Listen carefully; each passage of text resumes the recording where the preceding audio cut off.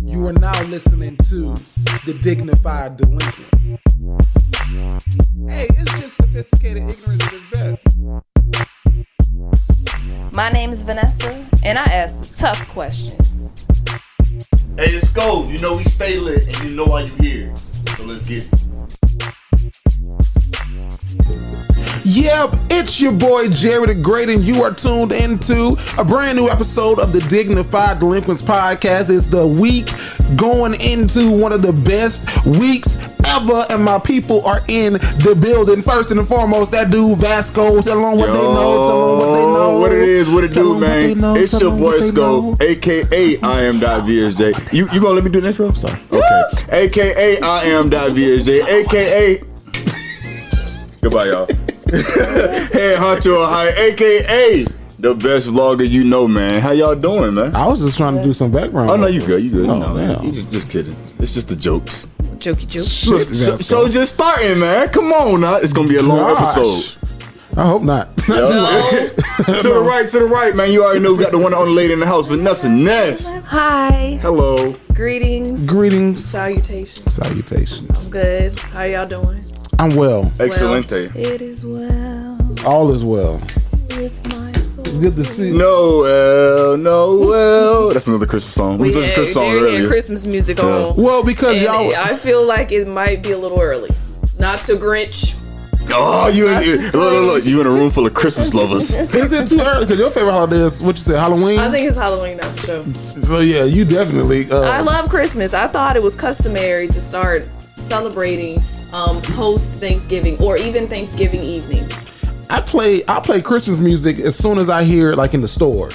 Oh. Whenever the department stores start playing, they lead. Yeah, I follow what they do. If they playing it, y'all already got the poinsettias outside. What audios is there for Thanksgiving? Ain't no damn songs to celebrate Thanksgiving. But Christmas songs that you play while you cooking. Yeah. To get you kind of in the mood. Or old school. Yeah. Old school, yeah. What was the thuggish rugged? It's the thuggish rugged bone. I'm sorry, y'all, if I started it's that. That might be an all-night thing now. All-day thing, whatever time you're watching this video. I'm about to bite you like a bone. I gotta see that TikTok. You gotta see that TikTok. I do. It's good to see y'all, man. Somebody text me, there's like, hey, 1 week post show, how you feel? Post live show, how you feel? Fucking fabulous. I can do that shit again. Hopefully we got so many people requests asking us to do it again. They were like, y'all should. Sometimes y'all should do that like once a month. They did. Just because it's like something to do and it's like not just a show, but an experience. Dare I say? It's I like that, an experience. I think, as a matter of fact, we can go ahead and take a poll real quick. If you are in the chat and you watching this at this time, go ahead and drop. Is it a difference between watching us on camera or then being actually in there in the flesh with us? Yeah. Is it two different vibes? Because I definitely thought it was. A different vibe? Oh, what? Yeah. Oh, hell yeah. And going back to the topic about going other places, I have got a few requests. Yeah, I saw them in your comments. Yeah. I saw Virginia. I was like, nigga, what part? You're right. The whole state. DMV. No, we might go all the way. Let's do it. We can go anywhere. The question is, how many? How many people gonna be there? We'll come. We gotta answer that question. I would you know what? TikTok. Yes, it's TikTok. Yeah, it's just the sound. But that's the same. Like, I'm gonna go ahead and throw my hat in the ring. My top 3 places to go. We might as well have the discussion on the air. For content as well. I choose Atlanta. Okay. Tampa. Virginia. Not in that specific order. Only because Virginia, you know what I'm saying? They got Virginia Beach. I can say I cross that off the list. Go ahead and go dirty. there. Sorry to all the Virginians that listen. You heard us. You're nasty. Your nasty beach. What's the dude say for Home Alone? Filthy animal. Filthy animal. Merry Christmas, you filthy animal. Mine and are a Happy New Year. Tampa, Atlanta, and then run it back here one more time. Yeah. I would say bigger venue next time. Yeah, for sure. Okay. I would say Charlotte, Houston, Atlanta. Okay. Atlanta was in all 3 of me. That's all I'm saying. Yeah. Now Tampa is like probably closer for us to do. because we can go scope Tampa real quick. Like, okay, this is da da da da da. Atlanta, I guess you could too. That's just a drive. Yeah, we can make that's that a weekend. You can't just go there. Yeah, you can't go and turn around. Yeah, no. How many? I was gonna say we go to Atlanta. That's gonna be the real question. How many people gonna be there? The whole city. How many people can we have in there? That's the other question too. How many people can we hold? And we got to make sure we on the stage. And then somebody had a suggestion. They were like, the live show is just it. Like, we should just start doing lives. Because, other podcasts, they do. That's like how you grow to. Yeah. So I think Poor Minds just did their first live show. Shout out to them. Shout out to 85 South Media and all them good people. So they was like, live shows where y'all need to be headed to. I was like, all right. Man, we there already. What you mean headed? And they're going to stop recording? Or no, they still record. Okay. But that's tough. Because y'all saw who we was in here the next day like, tired as fuck. Where's the alcohol? How many? That wasn't our proudest show. If you're one of the new. And you know what? It was the longest one too ever. Was it? It was. I was like, I look back. I was like, how the fuck? You know what it was? Because in the banter, Jared be like, just one more thing before we Veronica got the sign up. Or sometimes it'll be like, just 2 more things. 5 more minutes. Times 1 more minute. How many? 10 minutes ago. 20 minutes ago. And the show she flashing the light at him. I'm like, I can tell you, I ain't see that light. I saw the sign. I ain't see no damn light. We're gonna get you a laser pointer. Just be in our eyes with no damn light. But no, because last week we had delved into the Astro World thing. You know that's up to they trying to sue him. $2 billion. $2 billion. They trying to sue him, Drake, the people who put it together. I think it was like Live Nation and everybody. I'm like, damn, man. Hey. Are they really trying to get that boy What kind of funeral y'all trying to have? Because ain't no funeral costing that damn much. That's a collective of all the lawsuits. But now they got lawyers who are like reaching out to people who were at the festival and like trying to do basically like a class action. Right. Like we're gonna get all y'all on this lawsuit. Mm-hmm. Then if we win, now we gonna get $1 million, and then y'all gonna have to split the other whatever between the 150,000 of y'all that was there. But we gonna get you paid. Yeah. But that's how they're doing it. That's how they're trying to do it. Yeah. Wow. Since it's not them boys' I hate fault. to spin the topic so quick, but this is on my heart, and I know you've been keeping up with it. This Kyle Rittenhouse case. What the fuck? And the crazy thing is, we're talking while like they're still deliberating, because they haven't. The jury is in deliberation. They haven't made the jury that he picked. I was gonna say, is it true? For those who don't know, his own jury? Is that fact? Not so. Yes, I'm gonna say yes because you want to tell it. Oh no, you got it. You've been keeping up with it. The judge allowed him to basically, how they do the little raffles in the school and the old little crates. So the judge basically put the names in the crate and told him to pick the 12, and then the other 6 would be alternates. But the thing is, we don't know what was written on those pieces of paper. So it could have been, "You free, nigga. You free. You free. You free." Yeah. And then he's sitting there acting. Oh, that's 1. 2. So it's like I've never seen that happen in the history. Any case. When you can they let everybody hear the evidence, all the jurors hear, and then he picks the 12 that decides his fate. That's wild. I read that he said he was traveling as a medic. Yeah. And as protecting private property. Yeah. And that was his motive going down there. With a AK-47. It's all justified, and he's just gonna mysteriously get off too. Huh? And his mama not on trial? Not yet. Is she charged? Not yet. I think the guy who brought him the gun has been charged, and they trying him next. But the mama, Wow. She didn't want to pause it. No, she drive his ass down there. Yes. Yeah, she drove his ass down there. She said, "I got one question for you. How many?" Maybe he had it broken down. Gonna be there? The gun. I saw the video of. She didn't know what he had. Because I was under the impression that he had killed some black people, and that doesn't change anything. But it set me back a little bit. Like, let me see if these white people get some justice. But then at the same time, someone came on the news and was like, "Well, they had no business being down there." Oh my god! And I was like, "That's the justification for their lives, bruh." I'm even like we in a damn video game, bro. Twilight Zone. A simulation for real, because it's just like. This shit happens right in front of your eyes. You have all the evidence to incriminate this person. This person is guilty as hell, point blank, period. But this person gets to pick their own jury. Gets to get off with this fake ass crime bullshit. Yeah. World eats that up. And then you have connects within this organization that is supposed to determine your fate of these guilty crimes. Yeah. And then I don't like to play the race card. Shit, they do. Not they. Give me the deck. I'm gonna throw the whole deck at the motherfucker. Cause come on, bro, that's indisputable. But yet, let's just say 8 times out of 10, he got 80% chance of getting off free. More, yeah, scot free. He's young. He's 18. His whole life is ahead of him. He has no criminal record. We're going to give him house arrest, a year supervision with the. Yeah, you can definitely see that coming. Even if found guilty, the judge can still come back and be like, well, his sentence is going to be.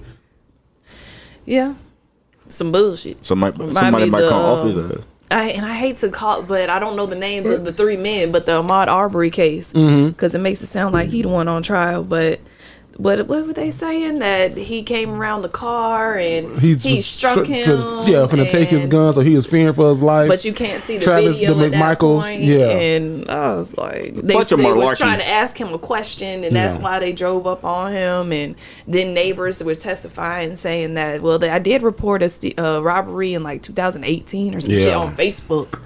And I'm like, not the Facebook group. That's what's standing up in court. But I be in my Facebook group in my neighborhood looking to see what people reporting too. You do? Y'all got a Facebook group? Yeah. Where you stay? Sub trailer park on the shit. You know how many is in the world? The southeastern side. I stayed in Palm Coast. Really? Sure did. Some oats. Is that one on the west side? Apartments, yes. There's a whole ain't none of that shit proprietary. No. That's what home used to be. Yeah, but that's what. But like, they be like, oh, y'all need to slow the fuck down driving through here. I'll be like, I'll be commenting like, y'all do need to slow the fuck down. Because literally, like, I was outside because I back my car and I sometimes just sit in my car after work and people watch. And like, that's how you get to know your neighbors. Just be nosy. You got a lot of people that be peopling around this neighborhood. Yeah, so I be in my car people watching. And I be like, and when the kids were in school and I was working, going into work, when I got home, they'd be playing basketball in front of my house. And I saw a car shoot by here one time. I said, "What the fuck?" So I was gonna go confront them. So I put my shit in drive. No, because those are little kids. They were like, middle school and younger. So I was like, man, if you would have hit one of them. Like a little black Dodge Charger, just a shot, went right through here. I was like, hell no. And these are new neighbors too, because they don't know how we been here for 3 years. Y'all new here. You gotta get them accustomed. Yeah, you gotta welcome into the neighborhood. My anticipation is up here. Did you confront him or not? I went behind him. Then when he got out, he was big as hell. And I said, shit. Just blew the horn. I just drove that circle. I said, shit, he got it. Come on, keep on driving. Let me chill. Well, Connie would have wrote down their license plate. She used to do stuff like that. And do what with it? You can make a non-emergency complaint or whatever. And my mom's situations like that, I remember growing up, and she like when I was learning to drive, she was like, you don't never speed in the neighborhood because you don't never know if a kid gonna run out in the street. And ever since then, I was like 16. I'll never forget that. And now I never speed. That's literally a test part of like the driving test. Like you have to act like you're in the residential. Yeah, drive it all the way back like you're in the residential. Hit the acceleration as fast as you can, like hard as you can, and you got to come to like a complete stop. Well, that must be in Georgia. That was one of our things. Yeah, it was like you gotta act like because you never know somebody could run out in front of your car, run out in front of the road. You always got to be prepared to stop. But now, I've seen it. I've seen kids jump out. First time. First go, both of them online and you failed in person. Yeah. Now that drug and alcohol took me a minute. Now the one online. You retake the test. You remember that 4-hour damn class? I was like, shit. Now, hey. That wasn't nothing for me. I ain't read none of that shit. But you was probably driving since you was 10. I was. Like, you bullshit and shit. The day I had to get my license, I got pulled over with no license. The day I got my license, the guy pulled me over. He said, I cannot let you drive. He said, but you better go before I run this down to the courthouse, because if that's the case, you have to wait till you're 18. I said, oh, I'm going right now. I go home, so yes, sir. Yes, sir. So my mama came and got me. We went right there. So get my damn license. Then went back and get my car. Speedy Gonzalez. Yeah. I parked like this far away from the parking spot, and I ran over a cone when we were parking. And then when we got back, and he was such a nice man, old white man. And then we got out the car, and he saw how far away I parked from the decal. He said, "Well, you see, do you really think you're ready?" He let you to turn. I was crying. I was so upset. He let you say it for yourself. What do you think? Would you pass yourself? Would you be comfortable being on the road with you? He was so sweet though. What you said? He was like, I see why I fucked up. Yeah. I'm not confrontational. I'll own up to my shit real quick before I go back and forth. I asked a dumbass question. I was like, so when I back up, Because she was in the passenger seat. I said, do I gotta use the review? I said, because normally when I back up, I do this. I said, but I don't know if that's gonna fail me or not. She said, do what you would do if you were driving. I said, no, I'm gonna do what they want me to do. I saw the book. I said, but for me to get out of here properly, I'm gonna need to do this. She was like, do what you would do if you were driving. I was like, all right. She was black or white? She was a white lady. I said, all right. Oh. I hit that bit. I saw her take a note. I said, "Oh fuck, that's 10 right there. That's 10 points." But she was like, "No." She was like, "People do that all the time." I was gonna be you. There's a difference between driving. There's a difference between whipping this bitch. Like, I gotta whip this bitch to get in position. You feel me? This ain't no on the road. I feel bad for people who go take like driving tests and like cars bigger than yours, like big SUVs and vans. Like, what the fuck is you doing? You trying to fail? These niggas trying to practice with semi trucks, huh? They trying to get their CDL. Oh God! This class E, you CDL. You doing too much. Already relax. I was in a car so goddamn tight and small. I was like, bitch, I got a Buick. My shit ain't feeling nothing like this. As a matter of fact, I'm finna fuck up because this shit too small. Whose car did you take your test? My cousin's girlfriend. She had a little toot, so she let me use her car because my car was still parked where I got pulled over at. Oh. So he told me I couldn't come back and get it until I had my license. That was cool. So, I used my cousin car. What they had? So, don't get me wrong. I don't remember. They remember the Camry? Silver Camry? Okay. That's a nice mid-size. Right, I was in a Jeep.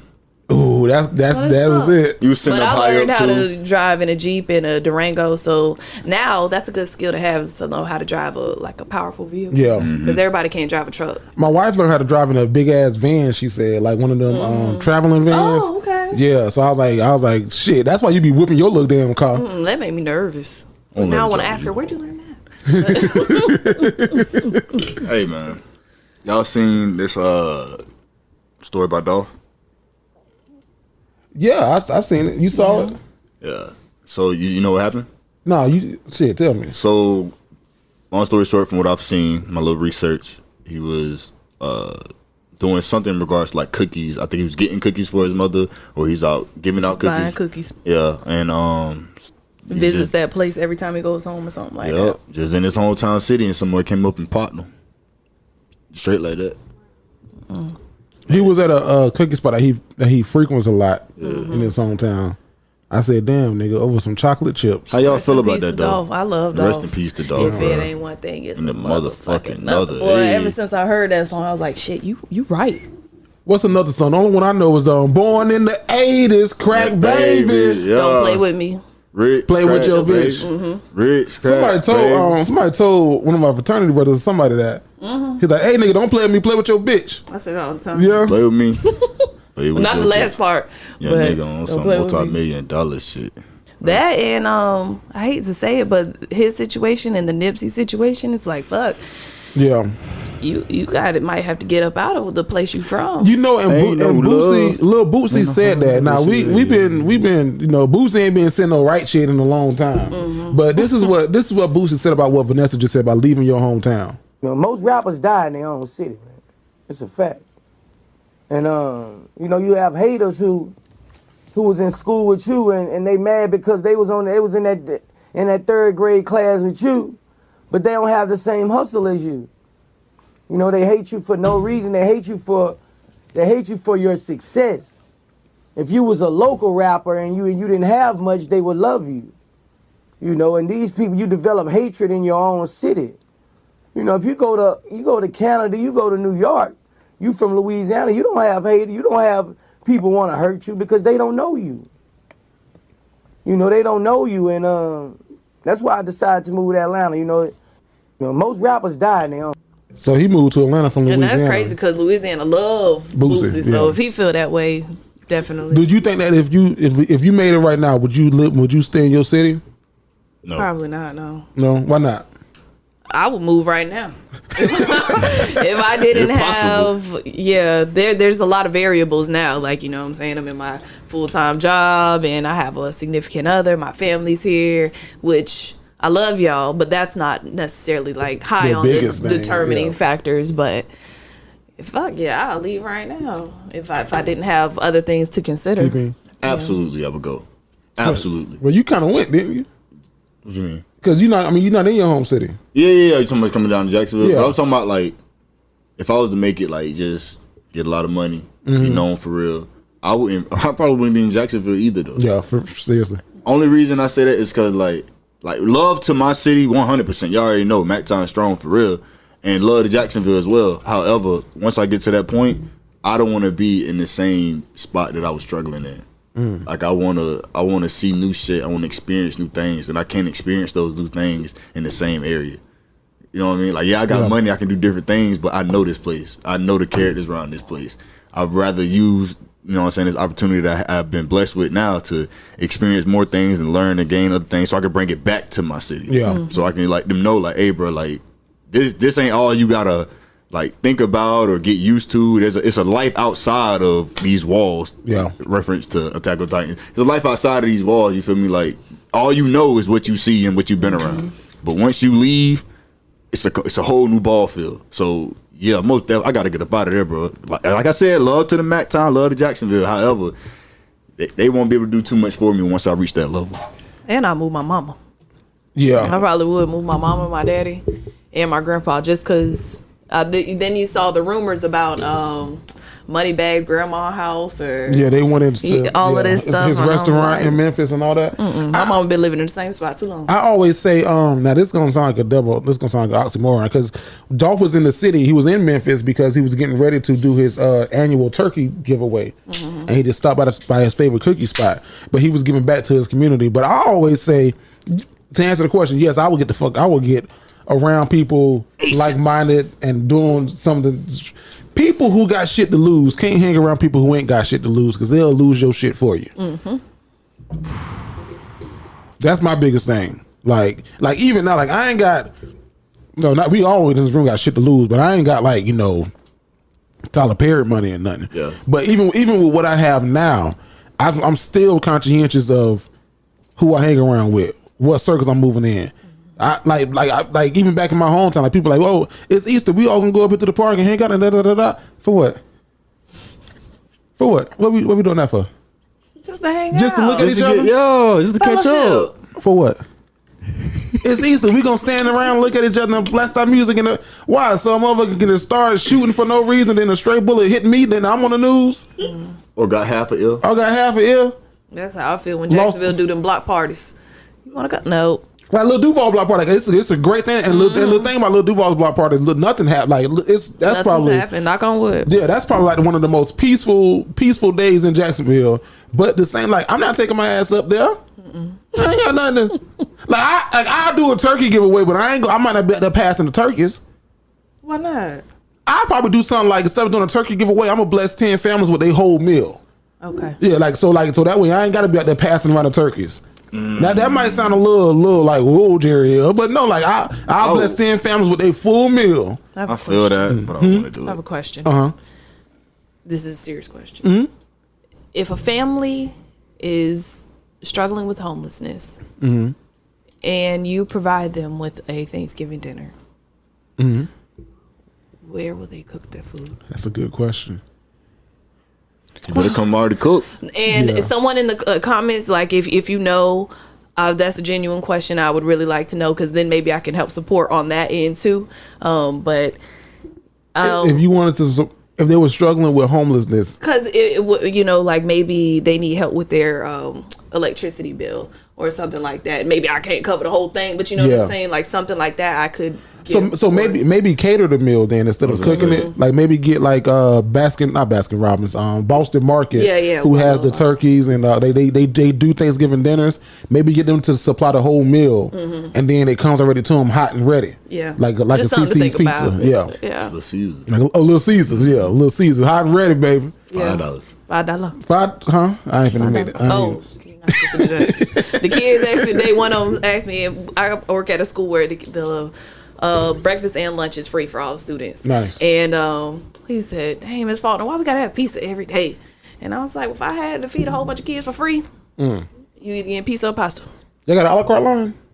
I don't think so. Okay, well, that's just me showing my privilege. Are y'all ready for Thanksgiving? Thanksgiving is coming up this week. This shit. By the time y'all hear this, it might be Thanksgiving. You got plans? Happy Thanksgiving if you're listening with your family. Happy Thanksgiving for the Dignified Delinquents. We're gonna do it on 3. 1, 2, 3. Happy Thanksgiving. Cut that. I'm as ready as I'm gonna be. I haven't reached the point to where I actually prepare necessarily for Thanksgiving. I don't really. Do you cook Thanksgiving meals like dinner? I did last year. You cook the whole thing? No, not the meat, but the sides. The macaroni? Yeah, I can do the macaroni. I can do. And hold on, because it's been a full year almost since you had so it's been a year of growth. Okay, all right, and it was pretty good last year. Yeah. So we can't wait to try the next batch. See where I'm at. Yeah. I don't know.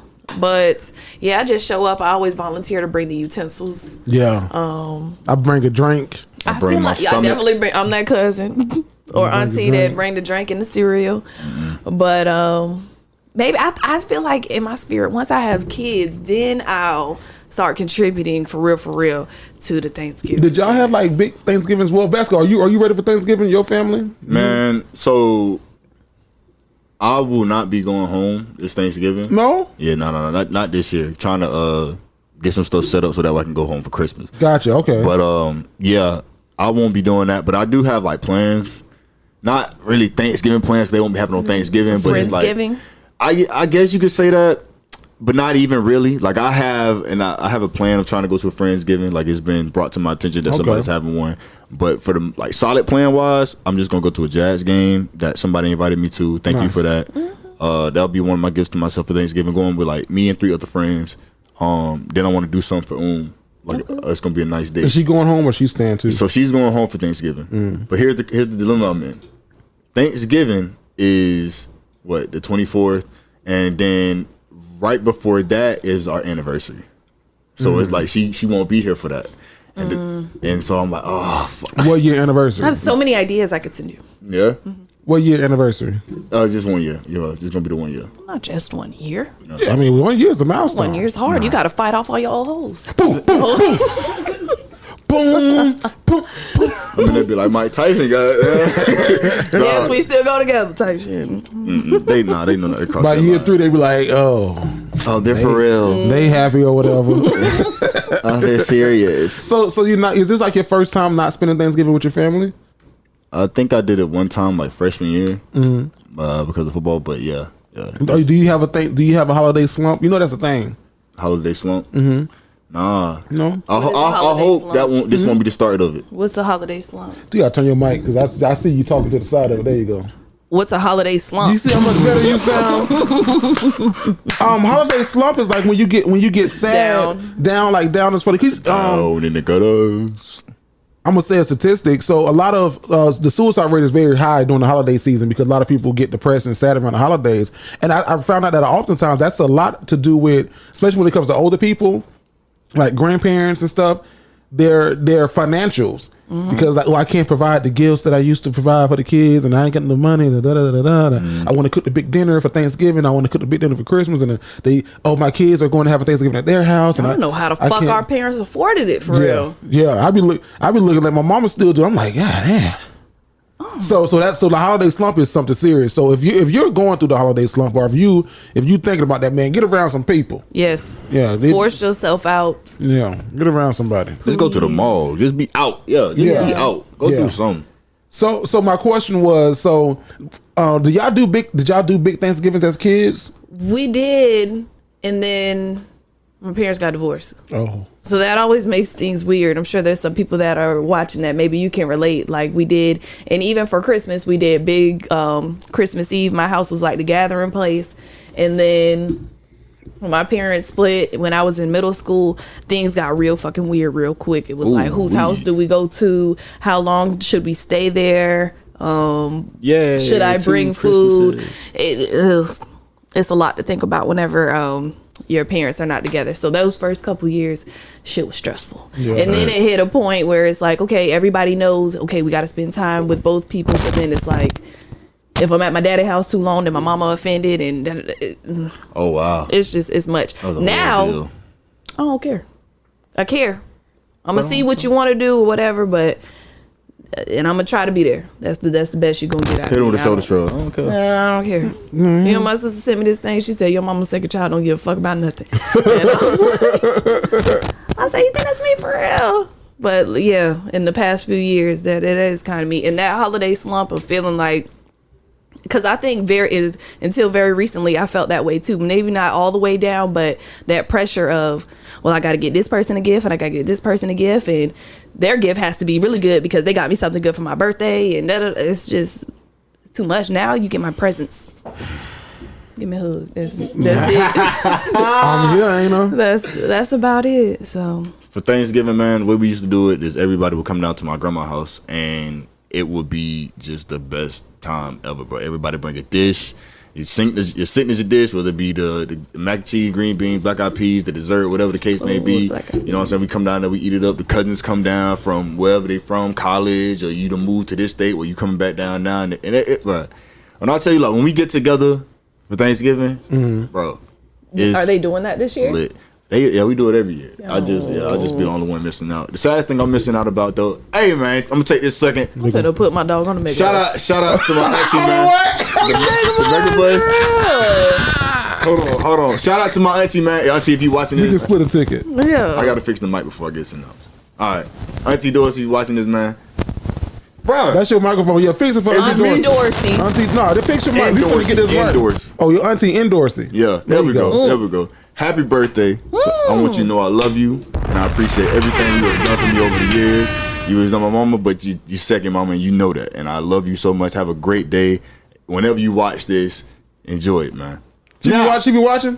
Mm-hmm. Shout out to your Auntie in Dorsey. There it is. There it is. But Vanessa, I wanted to ask you a question. We gonna put Vasco on the mega bus though. Yeah. If we did that, would you go? Yeah, I would love that. Seriously? Yeah. Are you being facetious? I've taken the mega bus a few times. No, I'm being serious. No. I'm sorry that I'm asking on the show. I'm bullshit. Cool. No, I would take a mega bus. I rode the Greyhound before, so. You would go home for Thanksgiving if we did that? No, I can't go home. Oh, it's like you can't. Oh, okay. You y'all can't, like you're working like type that. shit. And then who said the same thing? She was like, well, if I could take you, can you come home with me? I was like, babe, I can't go home, period. Okay. You on your grind time. Yeah. Okay. Okay. Nessa, I had a question for you though, because you talked about divorce. Now I'm a product of a father who passed away, a widowed father. Mm-hmm. So I grew up. I guess I grew up with a single mama. Mm-hmm. Ill. No, not ill. Not ill, but like just thinking about it now. I'm not saying ill in the judging aspect. Like, damn, my mama was single, but I always had the presence of my father there. Mm-hmm. But now it's like, ooh, child, the ghetto. The ghetto. Not saying that if you got a single. Not saying you're ghetto. Not saying you're ghetto. Just saying if it was me and my family, I'd be. Yeah, I'd be ghetto. Jerry's like, I'm part of the statistic. I'm in the number. No, but so y'all know that ongoing conversation of what's the order, wife, that bullshit that everybody talk about once a year all the time. Yeah. So we finally, it comes up once a year. It do. So we had that conversation in my group chat with some of my good friends, and I think I made a statement, but I don't know if I was right in my statement, but I feel like I was right. So I was saying that people who, and it's gonna sound bad, I'm just gonna say it plainly, and y'all can just figure it out from there. Right. I said children who come from a 2-parent household statistically are more successful, but I didn't define what successful was. This is define what successful was, and I said like kids who come from either a single parent household, and that's why I said because I'm going to say the single parent household or a divorced parent household. They typically have some work to do when it comes to other things. Like they're not as successful. And I did not say what successful was. But I was speaking like a successful point of they're probably not as successful in love and relationships, because if you come from a single household, you don't know what love looks like if your mom or dad, whoever you were with, were not in a consistent relationship while you're growing up. And if you come from a divorced household, love could be hard for you from the trust aspect because of why or if and why your parents got divorced. So I don't know if that made sense, because my friend was saying that he basically would put his kids first, then his wife, then his mom or family. And I said, well, I would flip mine. Mom would be my wife first, then my kids, then my family. And I said, because if mom and daddy not happy, the kids not going to be happy. And then he was like, well, no, because your kids didn't ask to be here, so you need to love them more because they didn't. And I said he has a very valid point, and I was like, but and that's why I said my statement. I was like, but if y'all not happy together as a unit, y'all had these kids together, then if y'all not happy, does that ultimately affect them, make them unless successful, and not necessarily in like life, but like, oh, I don't know what love is because my parents couldn't work it out. I don't know if that makes any sense.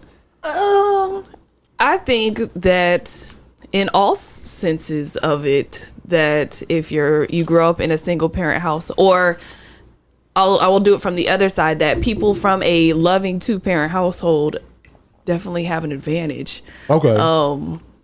In every aspect of the game. I don't know why you would think otherwise. That's not to say that people from single parent houses can't rise above and thrive and make it out here, and there's a lot of them out here doing better than a lot of other people, but no, yeah, I didn't know if I sounded crazy. I was like maybe I sound crazy. It just depends on the circumstances. I'm on your side. I think when you say you'll choose the kids first, my immediate thought is like, if the house is on fire or some shit, but just like on the day to day, who am I grab? Right. I think who would you want me to grab if the house is on fire? You or the kids? See, the kid. I would say my kids, but yeah. So I think in like the most extreme situations, we can make some more kids. I can't get another. I can't get another you, baby. Well, I would say not that they didn't grab me, but when my house was on fire in 328 School Street, I was the last one out. That's when you was the last one born. I was the last one out. They went down the line. They ain't know me that long. I was 7. They're like, hey, you know the nigga that well. We can get another Jerry. I literally was the last one out. I was like, hey. I don't know. I think my parents didn't get divorced until I was about 12 years old. And so my daddy had lived with me that whole time. Great dad, always there, present at all my sporting events, school, every fucking thing. So I think that had a big part to do with who I am and how I feel about myself. And I think people that missed out on that, I do agree. You don't know what... You might not know what a good romantic relationship looks like. Now, maybe you go to your auntie's house and you're able to see it there. Yeah. Maybe you go to your grandparents' house and you're able to see it there. But just on a day-to-day basis, every second, you miss that. So I don't think like I agree with you, but at the same time, I don't think it's more so like they have a hard time seeing it, because even if you come from a 2-parent or a single parent, you could have bad relationship with both of them going on, whatever circumstance might be. But it's like, if you don't have both, sometimes it can be harder to really feel what it's like to be loved, or what it feels like to love somebody else. Because you can see it. Like, let's say you come over to my house, right? I got both my parents. You see how my mom and my dad interact with each other. You see that, and you like, okay, yeah, that's what love is. You start painting this idea, this picture, like, okay, that's what love is. But you can't really feel it because they not your folks. Yeah, you know what I'm saying. You can long for it. Yeah, like your parents being in love would be a lot different from my parents being in love. For sure, that makes sense. Because we two different peoples already. So when it comes to the thing of who's more successful,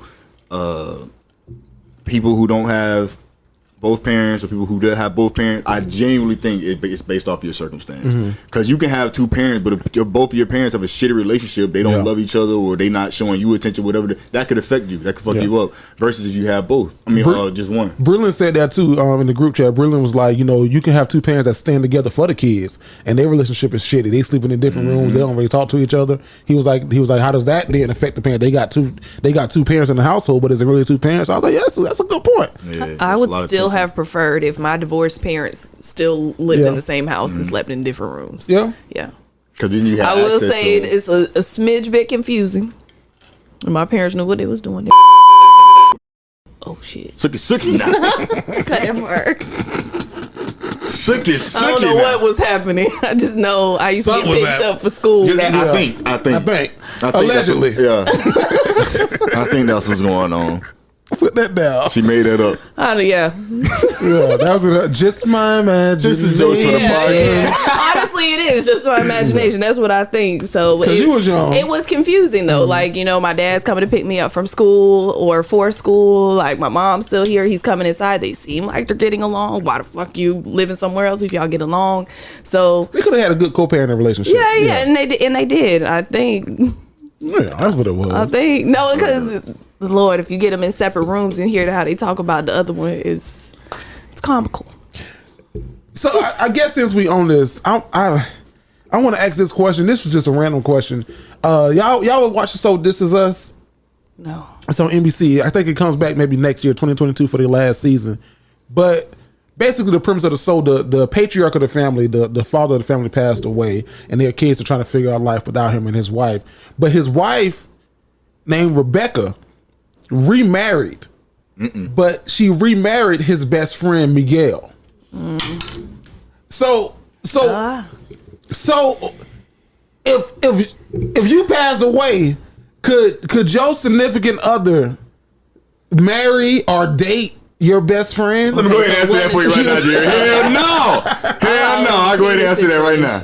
You said what? I thought you were referencing cheating situation because my daddy wasn't a best friend, was coworker. Okay. And they're still together.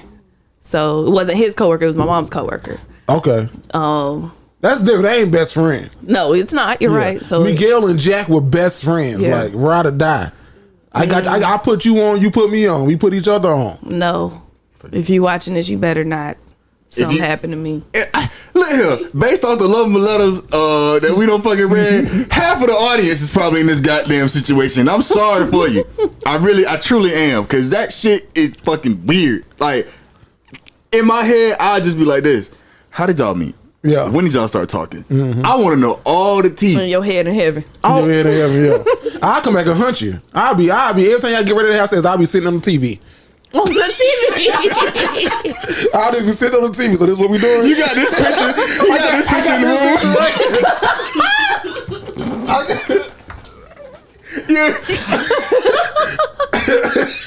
Legs crossed. That's the nigga that's looking at you with my feet crossed at the ankles. Hey, your best friend gonna be. Hey, I can't do this right now. I'm so sorry. I gotta go. I gotta go. What's wrong? I guess the nigga just looking at me like this. Really, nigga? I'm coming back to hunt your ass. No, That's a little really nigga face. Oh my god, nah, bro. So what's a hell no for you, Vasco? Oh no, bro, no. It's a fuck no for me. I'm just gonna end it right there because I want to get disrespectful. It's just weird to me. Yeah, this is very weird. But some people will look at it and be like, well, you know, he was your best friend, which made you my then friend, and you know, he if you want to be with anybody, it'd probably be like somebody like you. Or See, that's that bullshit you said in the phase of being depressed when I was gone, and he ran with it and he ate that shit up and he got mission accomplished. Now you is his. See? My best friend did me dirt, and you did me dirt in the process and trying to be happy. That's how I feel about it. It is what it is. It's a no for me. It's a fuck no for me. So since we on this topic of marriage and relationships, we just gonna ride this wave. So I know y'all don't watch the show Married at First Sight, but they're on their reunion. And what's the relationship between that and 90 Day Fiance? So 90 Day Fiance, they meet a person, typically a person across seas. Okay, and they start talking. That's and the one then, I've seen. Okay, yeah. Married at First Sight, Netflix. It's on Netflix, yeah. It's on there now. I've seen a couple episodes. Yeah, so they get married the first day they meet this person. Okay. So you got to spend 8 weeks with this person. So now we're at the reunion. So there's a couple named Merla. How you say her name? Mirla. What I said? Mirla. I would call her Merla. Now I'm getting confused. Say it again. Mirla. You hush, and I ask you. Mirla, because I knew what she said, but it sounded like Merla though. Mirla. Like Mira. That means something else. Mira mean look. Look. Mira. So there's Merla and Gil. Did I say that right? And Gil. And Gil. So they were, so even when they like, you get married at first sight. So at the altar, when they say you may now kiss your bride, that's your wife, that's your husband. So most couples, they go ahead and do an actual kiss. Like even if it's like a pet, she gave him the cheek. And like as these 8 weeks progressed and grew, they kind of got closer and closer. Her biggest thing was that she's very conservative, but on top of her being very conservative, she's also very bougie. And you know, I want the best of everything, the finer of this. He's a firefighter with a great pension, and he was like, "Listen, I'm not like as expensive as you, as bougie as you. Like, I don't need red bottoms. I don't need to go to the you know, the chop house every night. I don't need to get the newest stuff. Like, I'm fine living my life as a regular person, but you want that." But he was trying to, you know, compensate for his wife and be there for his wife. And as they grew, watching as a viewer, we thought that they were growing together. The decision they came, which is when they decided if they want to stay married or get a divorce, she said that she wanted to stay married with him. He did too. They finally kissed. Then they consummated their relationship, which means they fucked. For the first time in 8 weeks? Yeah. They consummated it for the first time in 8 weeks. Most couples do that on the first night. I was gonna say. Come here, brain that. So You got that. So we watching the reunion and we find out that they're no longer together. And he's heartbroken by it because he really loves his woman. And she's basically like, no, I'm not attracted to him. You know, he's not my type. And then when it comes to money, he's cheap. Because they was like, well, the guy was asking Kevin Frazier, like, well, who makes more money? And then the guy, Gil, was like, week to week, like technically, like every paycheck, I make $200 more than she do. So I make the most money. So I'm not broke.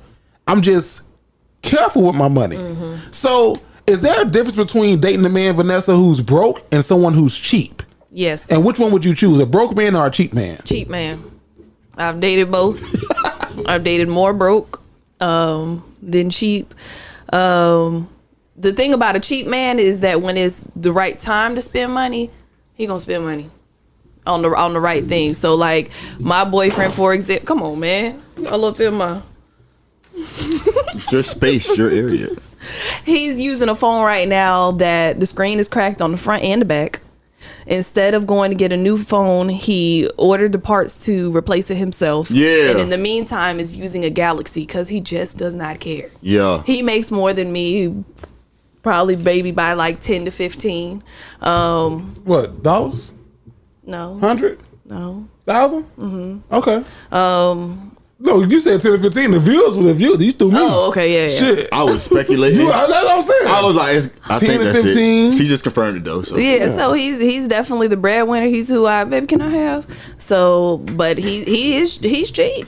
He don't like to spend money. He don't like to he'll rather reuse stuff and I'll rather throw shit out and just replace it.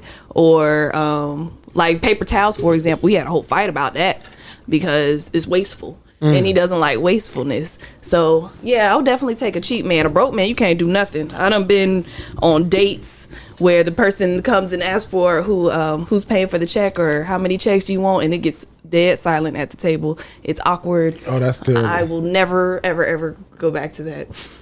Vasco, would you? I had a quick question for Vanessa before you get to me. When you get, you know what I'm saying? So you're in the kitchen, you see your soap bottle.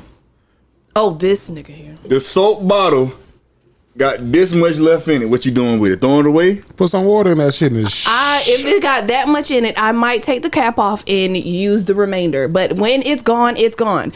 He will put the damn water in it. Till that big got the lad. Then one time I came home and in the bathroom there was, because you know the dish soap now has the pump where you can get the foam. There's Dawn dish soap in the bathroom. And I'm like, I didn't complain. Wait, go back. It's not in the shower. It's on the sink, like for your hands, for washing your hands. Okay. But it's clearly dish soap. But since it has a dispenser, I guess in his mind, oh, look here, this works. I'm with him. No, if Dawn can clean up some oil on some baby ducks, no, Dawn can definitely get the dirt off my hands. I wash my dog with Dawn a little bit, but I ain't never. Never wash. Not in my hands, yes. I'll wash my hands with some Dawn quick. Not in the bathroom. No, I wouldn't put it in the bathroom. In my bathroom, I have mahogany teak wood. Mahogany. That's the smell of this candle. That be lit. My soap. It smells okay. Yeah, that's. But granted, I didn't buy it. My wife got it for me as a gift. From Bath and Body Works. From Bath and Body Works. Okay. It's that mahogany teak wood. Sponsored. That candle sale is finna happen real soon. Keep your eye open, nigga. And Bath and Body Works, keep an eye on when you got that email. Yeah. Because you just walk through that store, you finna get some emails and text messages for the next and coupons. 6 months. Coupon. Goddamn, get it out my bra. No, I don't. Here's a whole catalog. Yes. Do y'all shop at Bath and Body Works? Not anymore. I think the big big boom of like black businesses during the pandemic really moved me away from a lot of you did say that. stores like that. I don't buy any lotions and stuff from stores like that anymore. I find somebody that makes natural stuff, not because I'm a supernaturalist, but just support a black business. Yeah. So now, let me ask y'all this: do y'all go Black Friday shopping and what's your stores? No, I don't. I ain't been in a minute. I've done it one time. That was to buy a TV. But other than that, I've never done it. I never went to the mall and got in the crowds and did all of that. I never had the money to. Black Friday shopping, I bought like 2 pair of sneakers. I won like 2 video games. But this is when I was like... You said you won them? 15, 16. No. This was like when I went, because me and my brother had went. It was like our first ones. It was like, yeah, let's go do this shit. Then as we got older, we was like, bro, like this shit kind of sucks. Like, we ain't got enough funds. And then you know what I'm saying? Where I come from, being sheltered and shit, we had a time limit. You know what I'm saying? Y'all was sheltered? Yeah. They was like, yeah, y'all be back at this time now. But what time was that though? If you mind me asking, like a good 12:31. Like it was like on the early late side. Early late side. I couldn't. You know what I'm saying? Y'all can visit one stop. Yeah, Walmart on the way back home. Sheltering your personality. I couldn't imagine sheltering your personality. Did you ever sneak out? No, they was not going for that. My parents are smart. I'm pretty sure whatever mentality I had at that age, my parents had it as well. Yeah, they had it because they went ahead and put everything on lockdown. Oh, alarms, cameras, nigga. We was on that shit. Yeah. I went Black Friday shopping once. Did you enjoy it? I went to one store. I went to Rue 21. Oh, that's. And this was when Rue 21 was hot. Shut up, Vanessa. Rue 21. Get it on. Poppin'. What'd you get? 21 gift. Some graphic tees. Yes. The ripped jeans. I was gonna say some ripped jeans. The carbon cologne. Yeah. Okay, a flannel. I ain't getting flannels. Cardigan looking like a motherfucker. They had some jackets. The 3 button and the jackets. Rue 21 jackets be snapping, bro. They had the skinny jeans. I used to wear skinny jeans. I wouldn't dare now. Why not, bro? Boy, why not? All these goddamn hips and thighs. I told you I'm a bad bitch. I'm built like a city girl. Never mind. What's you gonna say? Well, you don't look like him, but if you had on skinny jeans, it would make me. I'm seeing Rod Wave. Look at my wife. We both did the same thing. What the fuck? Some girls were trying to be flirty and they called him that on vacation in Jamaica. Hey, right away. Oh, that nigga cheesy. No, because I got pissed off. I said, bitch, don't you dare disrespect me. You should have hit a bar for them, bro. Huh? You should have hit a bar for them. Nah, she was like, you look like Rod Wave. I said, no, the fuck. That's why I said you don't look like him. What DeAndre said, that build. That's what you said about me? No, remember when y'all was coming out and I seen y'all and I was like, spare change. Oh yeah. And DeAndre was like, yeah, somebody with Jerry's build. But he don't mean it no type of way. I have a build. You said walk. You didn't say build when you tell me that story. There you go. You ain't say build when I'm gonna go do a push up. Vasco takeover. Hey, so oh no. No, I remember because you stopped in your tracks and you was like, what kind of build do I have? What does that mean? Vasco, anyway. So, yeah, and the question of is a cheap man or a broke man? What the fuck? We was on Black Friday, niggas. Worse. I didn't get my turn out, so I was like, yeah, let me go ahead and get it out. I didn't know if you wanted to talk about cheap men and broke men, but go ahead. What do you mean? That was a Vanessa question.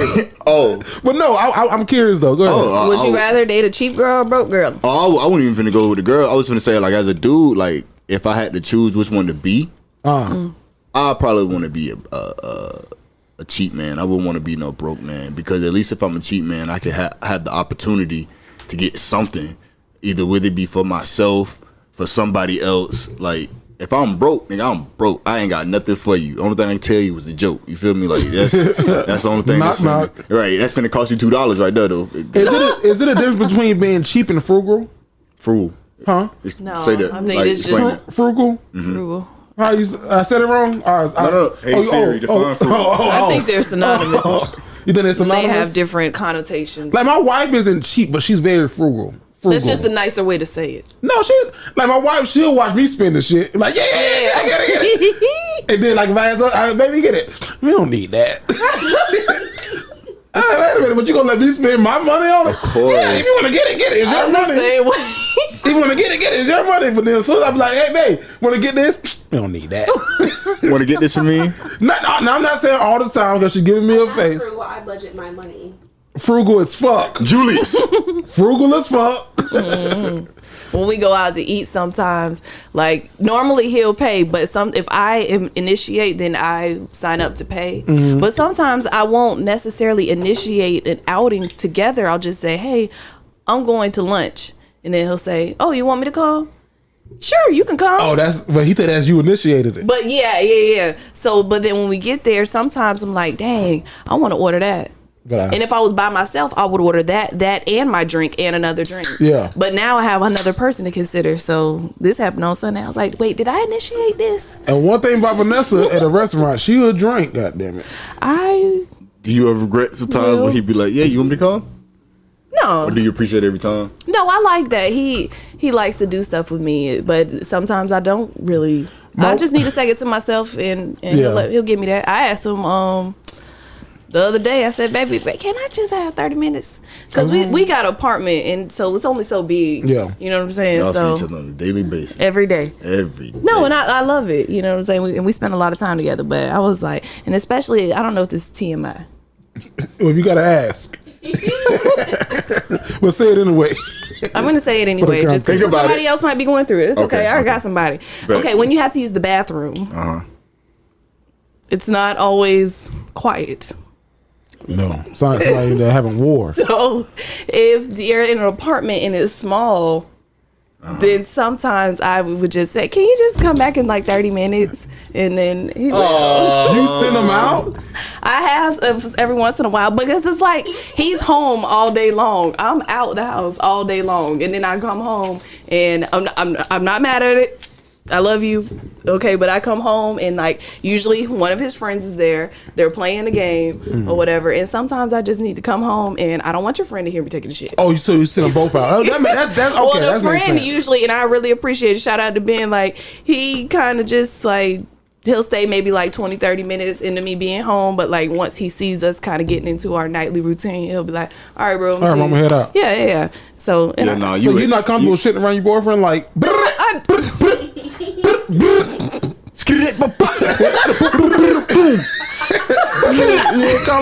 If I got no, I will, and I have. It's not the we don't have one. I gotta open the window above the window. Take a speaker above the tub. Take a speaker in there with you. No, neighborhood gotta smell this shit like a fresh pie. No, I'd be like, can you play the game or turn the TV on? Take a speaker in there with you next time. Go play Call of Duty for about an hour. Yeah. But with Call of Duty, there's those silent times when he's not shooting anyone. But he got headphones on, right? With do he wear headphones or no? Shots. You got to time with a shot. If he wear headphones and he got a friend group, bro, you straight regardless. Sometimes he does use the headphones, but sometimes he doesn't. So wait, while we're here, we're gonna get out the poop. But Call of Duty, he was playing the other day. Shut up. Grenade. And somebody was on there talking about nigger. I love this shit. What are you playing? He was like, I don't know. Somebody just on there, and then there's a black guy on there. I bet you won't go into no black school and say no shit like that. And y'all kill y'all parents. Y'all. You could tell he was from like Memphis Alabama or something like that. He was like, shoot, you can say whatever you want about us, but that's a regular Call of Duty chat room right there. But that's why I brought down Call of Duty, downloaded it, and didn't play that bitch again. Because I heard him in there talking shit. I was like, no. Let's not. Sometimes he be cussing at it, and I be like, all right, cuss one more time. We gonna cut the shit off. Yeah, we gonna go ahead and cut it. So we was talking about Black Friday. So here's the thing. Here's the thing for all of our listeners. We are doing a special sale. We are doing a blowout of merchandise. Blowout. Of merchandise. Vasco, let me ask you a question when my camera gets switched. You got a shirt. You got a merch. How does it feel on you? Man, you already know, man. Smooth, clean, living the dream. Every time I'm wearing the Dignified Delinquent. The Dignified Delinquent Supreme. You feel me? Yeah. I be turned every time. You know, I go out in public. Hey, man. Really, it happens most of the time when I'm at the gym. To keep it a band with you. Like, I'll be at the gym. I wear most of the Dignified or the Delinquent. Or I wear the black one with, like, the milk carton, like, thing on it. Yeah. And they just like, what is that? it was my podcast. It was like podcast. It was like, yeah, Conversation we the Dignified Delinquents. We talk about like, and then I get into basically like the pitch. Like, yeah. You know what I'm saying? We Dignified Delinquents. We talk about, you know, they be like, oh, really? Where can I? Oh, you can follow me. Look, you just follow me. It's money right here at Dignified Delinquents. This is our page. You know what I'm saying? I'll press the follow button sometimes, like to go ahead and let them know, like, yeah. There you go. Don't worry about it. Yeah. And then if you want to follow anybody else, like it got his tab down here, like IM.VSJ. Like I'll show you real quick. Like that's all I do. Follow. And you know what I'm saying? You send them to your page first, you nasty nigga? Nigga, I'm the one advertising. What the fuck? Delinquent one, and then he says we all tagged underneath. That's a fucking service fee. I sent. What the fuck is you talking about? I sent them to the Dignified Delinquents page. Like, yeah, if you want to follow all of us, we're in the bio. I said. That's what he just said. Oh no! Oh, I'm sorry. I wasn't listening. See, I was just looking for a reason to fuss. Don't hit me! Don't you hit me! Don't you hit me! You're looking for a reason to fuss. But I was going to say something. Damn, you said go to the bio. Boom, boom, boom. That's the service. No. In the gym, Dignified or Delinquent, the shirt. Yeah. So yeah, that's really what all my like transactions. That's where everything comes from when like it comes to the merch. Yeah. And then they see it like on my like on my page, like on my store, if I'm wearing it just like around the house or whatever. Like, where you get that from? Nah, that's unreleased. Don't worry about that yet. Don't worry about that. When you had that video, when you doing the little cousin with it. Yeah, you know what I'm saying? Some slight, little slick advertisement up. Best believe that's gonna keep on coming. Vanessa, how does it feel on you when you wear your Dignified Delinquent merchandise? Oh, it feels so wonderful, and I just love how it feels against my skin, and feel the rain on your skin. No one else can feel it for you. Next time, ask me first, and then ask Vasco. Because you you took everything that you was gonna say. What? No, I was not gonna say anything like he would. He said, I'm not that good. You see how my dog just stepped up on the spot like that? I could, bro. I'm right on time. So divine. So I fucked it up. Other way. Right. My favorite one though are the dry fits. The dry fits. That's on. Yeah, them just cold. Well, we have 2 of those left. We got 2 dry fits left. We got 2 extra large red Delinquent dry fits left. Two. I got 2 phones, but we got a lot of other merch left too. The sizes are being updated because we sold some stuff offline, but then we got to put back on. But you get a 30% discount. It's our Black Friday sale, baby. So if you're listening to this and you ain't get your merch yet, go get your merch. I know y'all need the Crib McGill. You might as well get somebody who are frequent delinquent. They need a what, Vasco? The Crib McGill. Say it again. The Crib McGill. And I'm gonna tell you, go get your merch. Get your merch. Get your merch. Get your merch. Get your merch. You know Vasco from the country because he said Crib McGill. Crib McGill. And then my last little announcement before we go to social media. So Vasco, can you hold that bottle up right there? Bam. So talking about Christmas gifts. Speaking of Christmas gifts, in front of Vasco is this Guidance whiskey. Now we done took shots of it. I feel like the game show girls. You like Vanna Black. When they be showing off the prizes. With nigga black. So that is Guidance whiskey. Now Vasco took a shot of it. And I'm just, this ain't even on the paper. I'm just going off hand. Vasco isn't really a shot taker, are you? I don't. Honestly, I really don't like alcohol at all. And that's a fact. But he took some of this. And when I was like, Vasco, what is this? Like, is this a liqueur or something? Like, what is your face? You just regular. Nah, that bit was like, it was smooth as fuck. Man, what? I ain't feel that bitch like 10 seconds afterwards. I said, oh, there you go. Yeah. There go the kicker. So Guidance is a young whiskey that is rare and perfect for the novice and the aficionados. I messed that word all the fuck up. Hoobity whatties. So you can't miss what you said, Vanessa. As a teacher, help me out with this. What's this? Aficionados. I'm gonna do it again. Let me do it again. Both y'all over here sound like the Thornberry. And that's Darwin. We found him. And he found us. So Guidance is a young whiskey that is rare and perfect for the novice and aficionados. Yeah, you gonna roll with that one? You can't miss the hint of burnt caramel from smoked barrels that lead to the cherries and the vanilla essence base on your palate. Now it's good. This is some good ass shit, but these words big as fuck. What is this? What that say? Read it, Vanessa. Shit. Guidance is a young whiskey that is rare and perfect for the novice and the aficionados. You need to ask You can't miss the hint of burnt caramel from smoked barrels that lead to the maraschino, cherry, and vanilla essence base on your palate. That ain't what that said. That ain't what it No, said. so I thought I was bullshit. Mish. Why did you say cherry? M-A-R-A-S. Let me see. Marseille. Now we need Marseille this money, Martin get it from right. Grownish. Maraschino? It's Marshino. Marshino. What I said? Maraschino?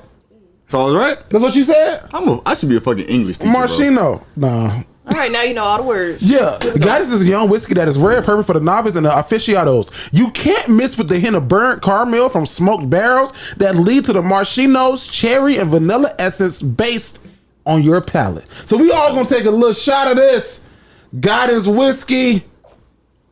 We drinking What it. is this? We drinking it neat. This It's is Guidance whiskey. Guidance whiskey being tasted by The Dignified Delinquents. Dignified Delinquents. Happy Thanksgiving to all y'all. Y'all get some of this Guidance. Y'all got a shot taken. Oh, that was good. Glass. I feel it just You feel it going down your body, like moving I through feel your like whole. I am like the a barrel. big activated. Yeah. You know what I'm saying? Mario Hey, the mushroom. That shit, it's smooth.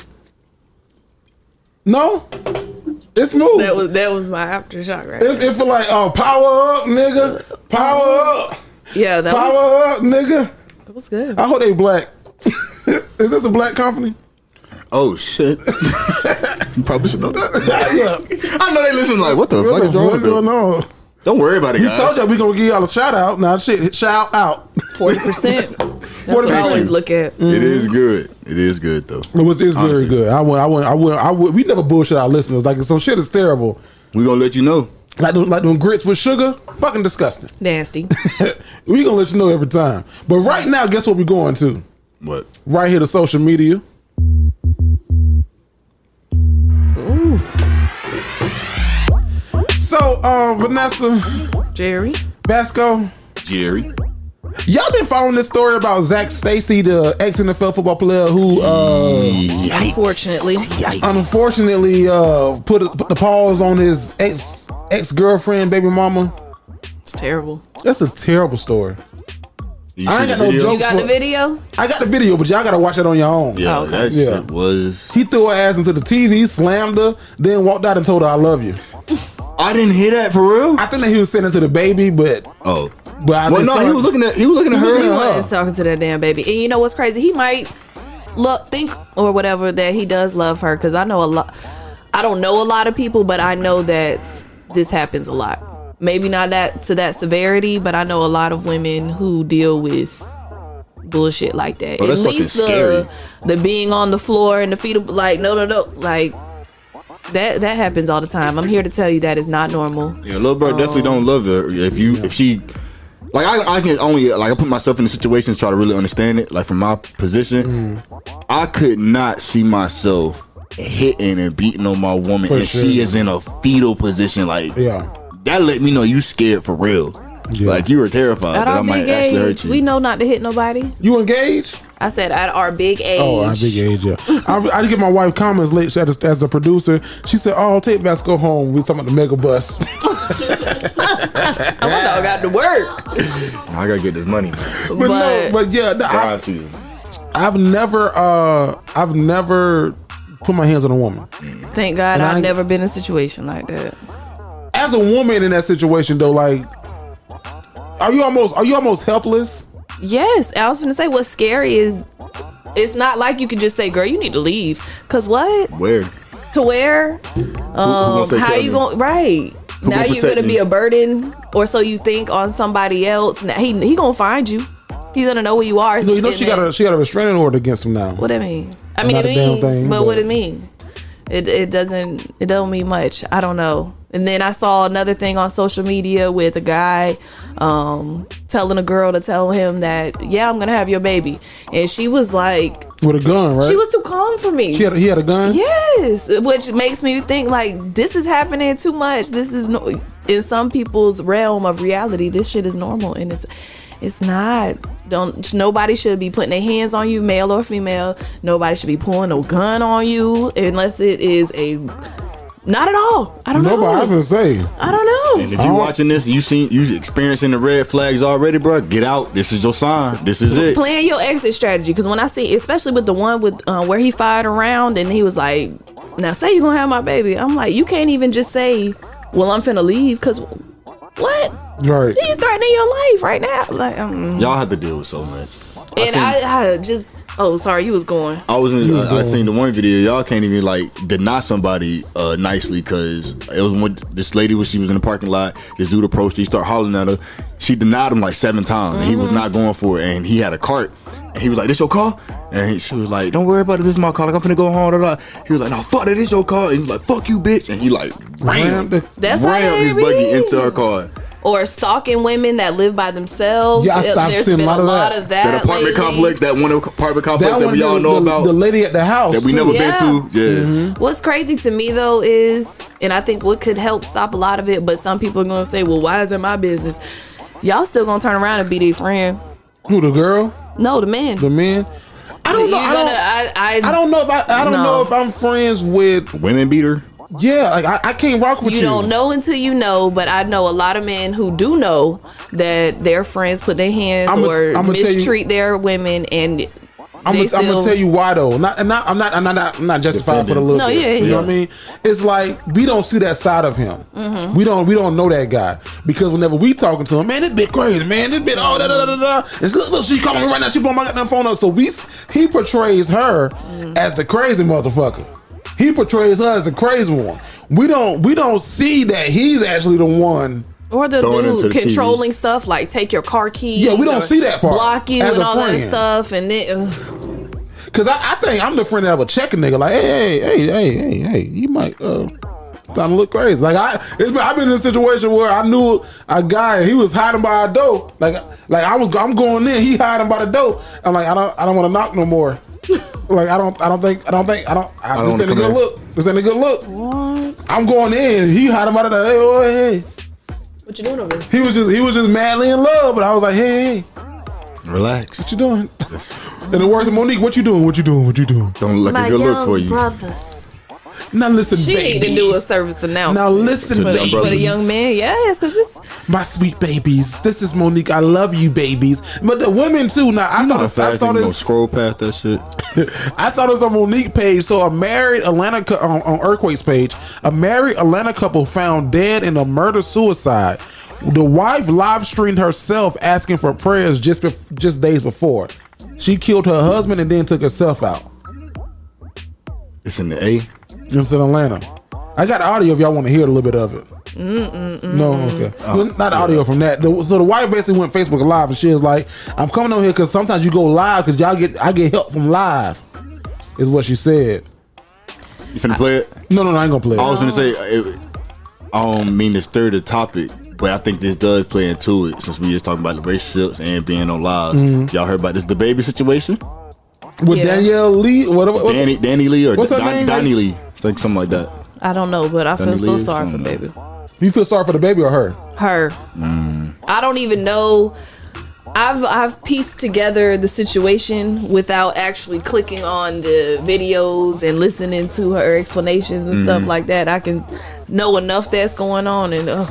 Okay, put it together for me, because I might be like a lot of listeners out there. I might not be the Vasco, I just saw him went live. Like it was a moment in time where they weren't like they had broke up, and we ain't know shit. She was pregnant. We ain't know shit, and then all together, this is the first video you see them back together. So basically, this was a case of you my girlfriend, but you not my girlfriend. In my head, you know what I'm saying. So you do everything a girlfriend does, but I'm gonna do what the fuck I want as a single person. But it's hard. I know, especially hard for females to differentiate that. It's very hard when then when I'm laid up, with you 24/7, posting you on social media, telling you how much I feel for you and XYZ, and then at the end of the day, I hit you with but you not my girl. You a side bitch. Like he was on the live, like didn't say that until the live, but to her, he probably did not say. None of that you're the side bitch. Just putting it out there. No, that's not how the fuck it go. I thought she was a side bitch though.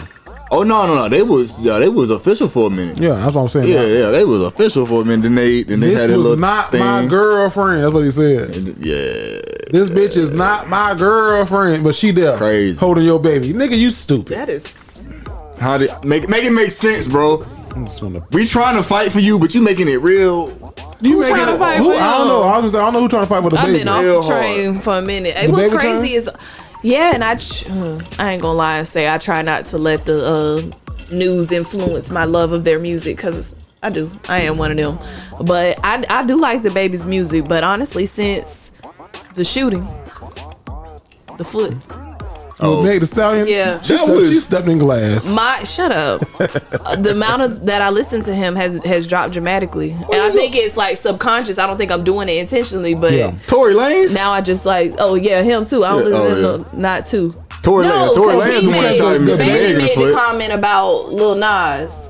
No, the baby had to come about the gay people, but the baby he did a song with somebody who wasn't fucking with Meg the Stallion. Yeah, and it was like a so little like betrayal. that kind of pushed me away. Tory Lanez I used to listen to, so excuse me for flip flopping, but now I don't listen to his music. So Boosie, love you. I just say this. I backed up from him too. We going into the holiday season, and this is like when a lot of shit pop off. Like, don't get in front of their parents.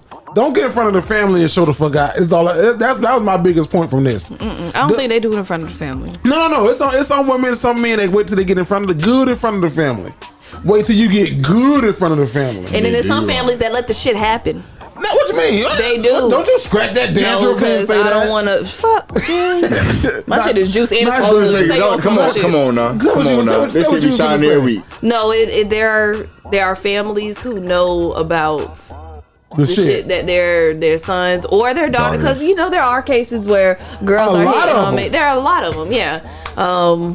And people know, and it's just like, I heard that's more psychological when it comes to the women abusing the man, like mentally. they don't know what it's supposed to look like. Yeah, that's very hard, very sneaky. All I'm saying is don't wait till the holiday season to get in front of the family and embarrass somebody. Don't do Get that. yourself embarrassed. You might get yourself embarrassed. You might get yourself killed. Depending on what family you fuck with. And depending if you're in Atlanta. Ow, that was bad. That was too soon. It was. Ow. I ain't even gonna speak on it. Ow, Vasco. I'll talk to you off the camera about it. Vasco. Yo. What's going on? Question of the day, man. You got one? But before you say you got one or not, how about we do this? How about we just roll your intro like this? Appreciate it. I got a couple questions. Let me ask. Look. Question of the day.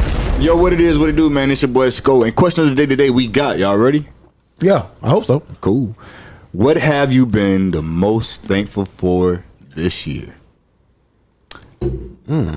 If y'all want to collect your thoughts, I can go real quick. Go ahead. You can go first. It's your question. So, I gave this some thoughts. Your auntie from Dorsey? Auntie in Dorsey. Or your auntie in Dorsey? Uh-huh. Yeah. What? No, I don't know. I thought that you was most thankful for her. Like, not Oh, most, no, I am thankful for her. But the biggest thing I'm thankful for right now, especially this year, definitely would have to be my struggles. Struggles just being when it comes to just job, life, like mentally, emotionally, just like me, like life, period. With being a young 20-year-old, it's like all this shit is really starting to hit like a brick wall. Like all this shit is on you. Everything that you want to do, you go do that shit on your own. Everything that you have to handle, best believe you got to handle that shit on your own. It's like, okay, cool, like I can handle it, but at the same time, this shit fucking affects me. You know what I'm saying? It's like, because being young and 20, you ain't got it all together. You ain't got all the most money in the world, so you can't always fix your fuck ups. So it's like you got to live with the fuck ups, and then you got to kind of learn from them. Say that again for the people in the back who might have missed that. You can't fix your what? You can't fix your fuck ups, but you can learn from your fuck ups and then move forward from them. Like, I ain't gonna lie to you. Y'all see us on the podcast, you know what I'm saying? We doing our thing, we winning. But yeah, behind the scenes, best believe we still people. I'm still Vasco at the end of the day. He's still Jared, it's still Vanessa. You know what I'm saying? We ain't famous yet. Like, you know, yeah, gotta throw that yet in there. That's a big yet. We ain't famous yet. Like, we still have a life outside of this, and it's not 100% perfect. Like, so in dealing with my struggles, I'm just like, bro, like, one, it motivates me because I'm like, damn, I'm getting through this obstacle, so it gives me a little boost of motivation. And then it's like, I appreciate this shit because it's really making me strong at the end of the day when I think about it. Like, yeah, it sucked when I was in this storm, but thank God I went through this storm because it didn't do nothing but prepare me for now. Like, I'm ready for whatever the fuck comes to me at this point in time until that shit break me down like a fraction. And then it's like, damn, okay, back in the slump, back in the dump. Fuck it, let's get back up. Let's go. So I just think that this year was like a real growth year for me in all aspects. So definitely thankful for my struggles. I got two. I got a question and a statement. The statement first. You wear it well. I don't know if that makes sense. But you fucking wear it well. Appreciate that, bro. Because not that we would never have known, but you don't show it. I try not to. Yeah, you fucking wear it well. Appreciate and then my question is, I guess for the layman and for the people, why are you thankful for that? Like I was saying, like, honestly, no matter what position I get in when I go through my struggles, no matter how bad I feel, no matter what I got on my mind at that time, I know it's nothing but for the betterment of like my good. So in those, I take them for what they is. Yes. If you going through something right now, bro, I understand that shit fucking sucks. I don't know exactly what it is, but I can feel you in saying it, bro. The shit is terrible. I know you feel like the world is goddamn ending, like you got all this on your plate, but just understand it's setting you up for something better. So that's why you need to be appreciative of this storm, so that when you get older or you get further down the line, whether it be a week, a month, a year, whatever the case may be, you're gonna look back and be like, damn, I'm kind of glad I went through that. Like, it's not as bad as I thought it was now that I look at it, because I'm in a better position. But the reason I'm in this better position is because I was in this terrible position, and I was like, I don't want to fucking be here no more. What I got to do to get to the next step? And it just drives you. So struggles, I don't like to look at them as negatives, even though they suck. I take it all as like, okay, this is power if I want it. If I want to make myself better, if I want to do whatever it is in the world, I got to take these struggles, face these bitches head on, and then just keep trucking forward. There's no failure in life. There's no failure. There's only lessons. No losses. And you choose to learn from that. You never fail. You choose to learn from that. I'm tired of being deep, motherfucker, but I'm just saying. No. I appreciate you for that though, because what you're going through, and what you and like I said, you wear it well. We see it, but you wear it well. Mm-hmm. But you got to think of all of the thousands of people that listens to us, and we got a big audience thanks to you from that college age, recent graduated, whatever. Because and then don't get it twisted, y'all out there listening. Vasco's what, you 22? Mm-hmm. I'm 28. Vanessa's 28. My wife just turned 27. We're a little older. We got a little bit more together, but don't get it twisted. We there boat too. Yeah. Oftentimes, sometimes more than we would like to be. We probably a little more comfortable. You know, more you get up there, the more the downfall, the harder it hits. Yeah, you know, the bigger they are. It's like a job. It's like when you entry level, your mistakes are like, When you senior level, your mistakes like not only are you affected, but we shutting that whole department down. So as you get older, your mistakes or what Vasco calls your failures, then affects everyone else around you. You 50 years old, got a wife, kids, family. You made a bad business decision, and then everything around you tumbles. So what you're in a privileged position, and everyone in your, I'm sorry, I'm preaching. Everyone around your age is in that privileged position right now where you ain't failing that shit. You just learning figuring it out. Yeah, you figuring it out, because by the time you turn 50 and you got a 22-year-old son or daughter, and they talking about what you talking about, you gonna be able to be looking at them like, I've been there, done that. I ain't gonna be there. I don't want to help you. You'll be all right. You gonna make it through. You gonna make it. You gonna make it. Don't let me slow you down. Right. But you gotta learn this lesson. Yeah. You gonna my brother Al, you gonna either shit or you gonna mildew. You gonna shit or you gonna mildew. I'm a shit every time.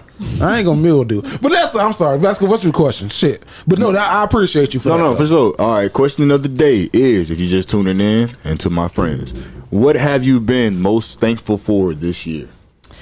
For me, it's kind of on the flip side with Vasco, because you're in a point where your failures or your struggles it's that time for you, and that's okay. Yeah. For me, I felt like this past year I had a lot of uncontrollables, challenges, things that I maybe felt like weren't fair.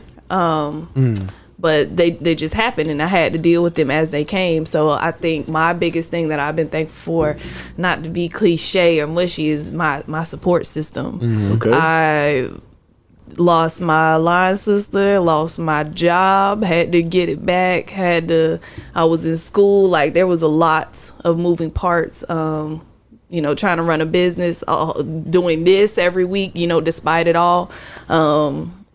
So this year has not necessarily been a year for growth, maybe mental stamina and emotional growth, I think, for me.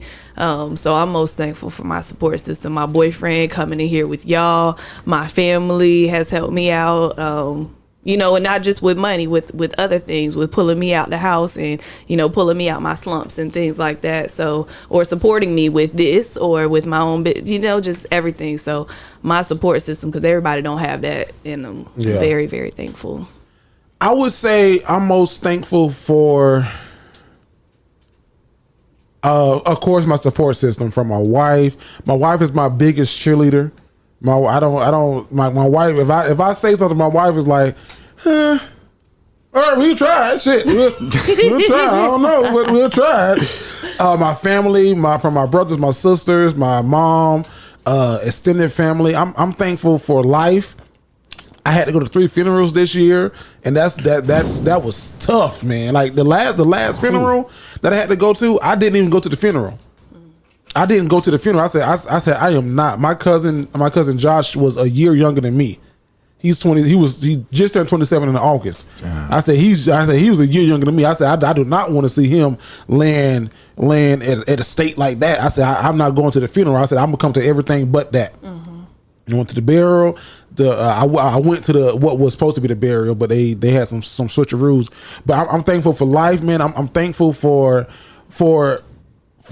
growth and for learning opportunities. Like I don't know if I can say this, Vanessa, but I'm gonna say it. Say it. Vanessa almost. No, it's too soon. Okay, too soon to say that. Yeah. But we had to grow. We did. I ain't gonna step on you. No.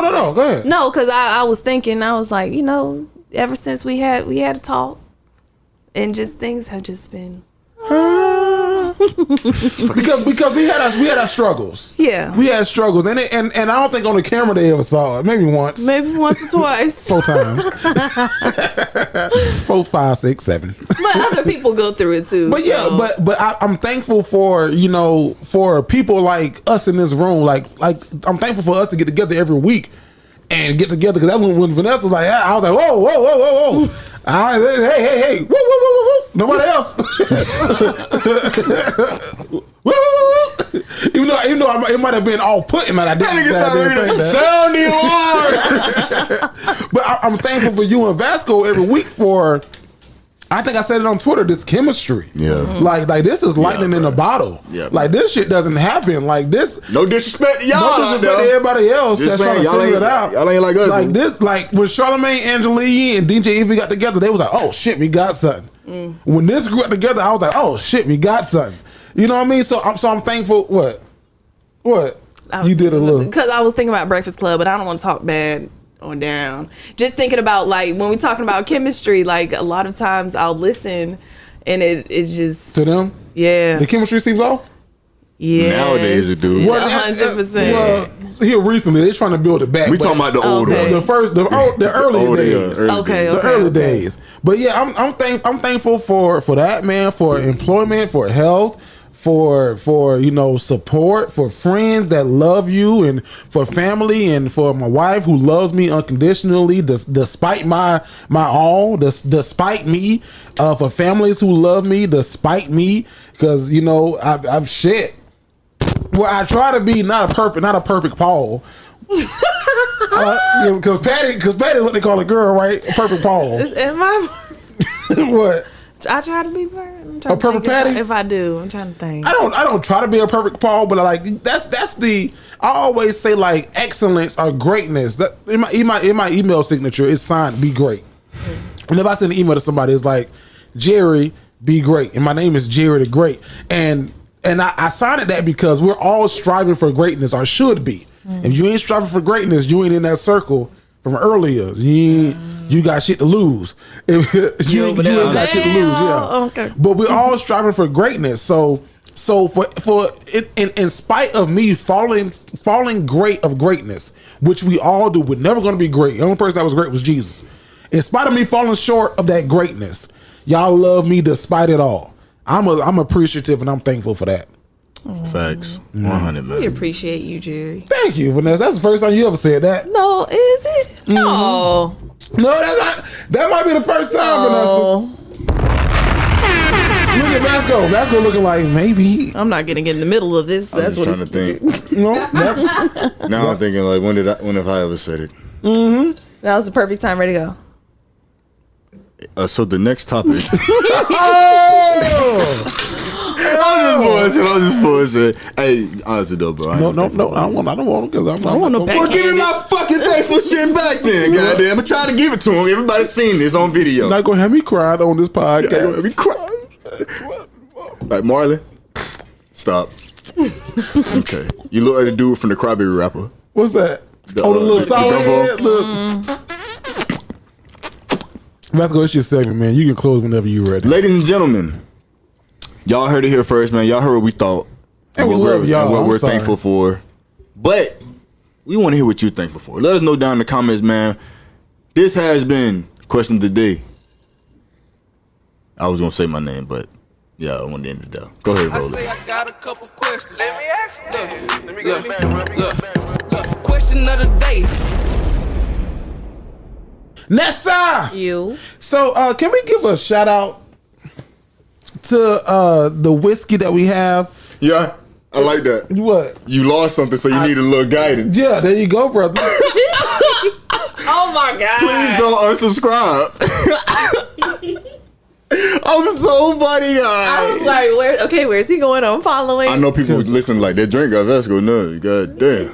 What's the name of that? Guidance whiskey. It is a really smooth whiskey.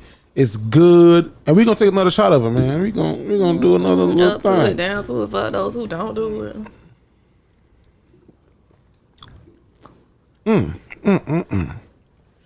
It's smooth though, but you like Vanessa said, you feel it hitting your body like It do. It's it be hitting your body. I ain't like, got no more Sprite. You need another Sprite? I ain't got no water. I feel it coming. I'm okay. Never mind. Thank Okay, you. okay. You got a little Sprite. Where the hell my phone went that quick? Oh shit! Huh. I'm on Facebook Live. I'm looking. That's why I hit my pocket like, damn, where my phone went? And I'm on goddamn live. Vanessa. yes. What's going on this week in Love 'Em or Leave 'Em, dog? What is it? What you doing? And where you at with it? Darn it. I was supposed to wait until I read What? for the shot, but Oh, here you go. What you just sniff like you did I some know. cocaine? love him or leave him. Like you did a line. It's not in my repertoire. If you was in the 70s, though, we all would have did lines. Maybe I would have did one, and that would have been done. No, you would have did it every night.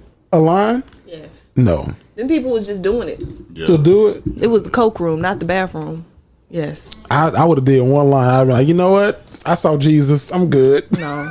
I touched it. Who I was it? touched Mike Tyson just had a trip. I saw this on the news a day ago, where he smoked toad venom. What? Because he was already doing hard drugs and he was already doing cocaine, so he was like, why not? And that was his Toad venom? where it made him appreciate death. What's the thing that they do? Sake or like all these celebrities talking about they doing it where you get like an out of body experience. They go to like the Honduras and you got to be guided through it. There is something called peyote, and that's I'm not sure if it's down there, but I know Native Americans used it, and yeah, it's like you got to kind of be guided through it. It's makes you think of past transgression. They did that shit on the Simpsons movie. He took that It's shit and had a real. whole epiphany. Learned about himself, went down the whole route, woke up, was like, I'm gonna be a better man. Yeah. That type shit. That shit is real. I Yeah. don't need to do no drugs do that. I just drink some Paul Masson. Wrong. I drink some cheap liquor. I would do that. Okay, all right. So yeah, love 'em or leave 'em is where you can write into me, Jerry and Vasco, and get unbiased relationship, situationship, or friendship advice. To write in, go to jerrythegreat.com, Jerry THA great.com. Look for love 'em or leave 'em and click the link.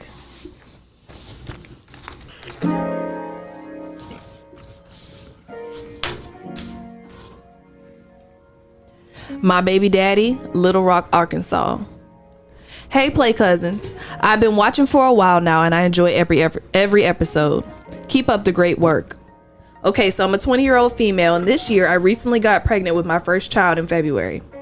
My boyfriend, the child's father, and I stayed together throughout the entire pregnancy. However, as my due date started to get closer, he would stay away more often, claiming to be at work or at his brother's house. Not that I believed he was cheating, but it became very questionable to why he never spent time with me. I did speak and let him know my concerns, and nothing was done. October came and I had my baby girl. I had to have a C-section, which was a lot for me to deal with mentally. He visited once while I was in the hospital, and I was there for 3 days, and once while I was recovering, and I was with my mom for nearly 2 weeks. I confronted him about his absence once again for the sake of our daughter. I'll admit, I could have done it nicer, but I was fed up at this point. His response to my message was that he now had his own apartment, but he would still take care of us. Mind you, I don't need to be taken care of. Just provide for your daughter. I guess I don't really have a question. I just need words of encouragement to get through this time. This year has been very trying and hard. Pregnancy depression is real, and so is postpartum. So this is just way more than I thought I could deal with right now while trying to adjust to a new life. Signed, please send positive vibes. I love you. We love you too. We love you here from Dignified Delinquents. I love you 3. You are worthy. You are awesome. You just did an awesome thing by delivering a child into the world. Yes, congratulations. I'm happy that everything went smoothly for you. That is not what you deserve, for somebody to kind of be there part-time and half-time, especially whenever the child is his as well. I'm not going to tell you what to do because you didn't indicate in this letter, how you're feeling one way or the other. But please know I'm a firm believer that nothing is permanent. Everything is temporary. We can get over things, or maybe not, mentally and emotionally, but like in the physical and the reality, we can get past this shit. And I believe that you will. Don't let him play with you like that, girl. And now you have a little girl who will be looking up to you to see, what is the expectation and what is the rule and what is the standard on what love and romance and support looks like. So don't give her a slack, half-ass example, because that's what he's doing right now. So I love you. I'm so sorry that you're going through this. I couldn't imagine. I'm team no kids. So I'm relating to this from being a woman and not necessarily somebody that has a child, but all the same, you deserve what you deserve, and this is not it. So that's all I got. Love you. Let's go. So this is a great episode to write in on because of what we talked about earlier. Pregnancy depression is real, and so is postpartum. Look, Mom, I want to say I understand, but I never will because I am a man. But I'll put it to you like this. Congratulations to what you did. You are a strong woman. You are a strong young woman. Keep that shit up, man. Don't let nobody tell you otherwise. Mentally, you got it.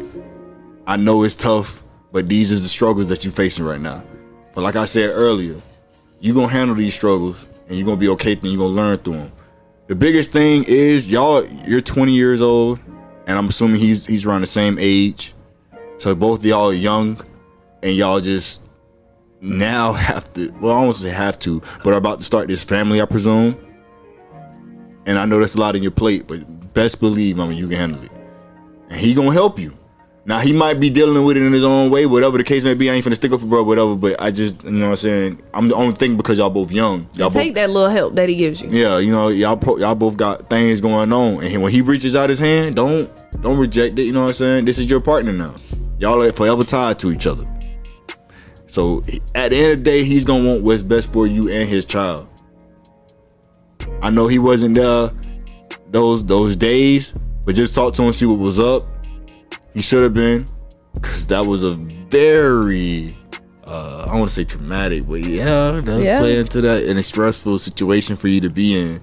And I know it would have been nice to have somebody by your side. He might not have been by your side at that point, but maybe he's trying to be by your side now. I don't know what the case what y'all got going on. But just take that and just run with it. Just know that you are smart, you are loved, you are strong. You're gonna be the best mama that there is. Don't worry. Whatever life throw your way, you're gonna be able to handle it. Cause you know why? This is your life. You know, you was born into this world, you can handle this shit. Best believe. Don't stress. I know that's hard, easy said than done. Try to calm down, live in the moment. You're gonna be okay. And he gonna be there along the way as well. I don't know every step because I don't know the situation, but I just know he'll be there. So you won't be alone going through this.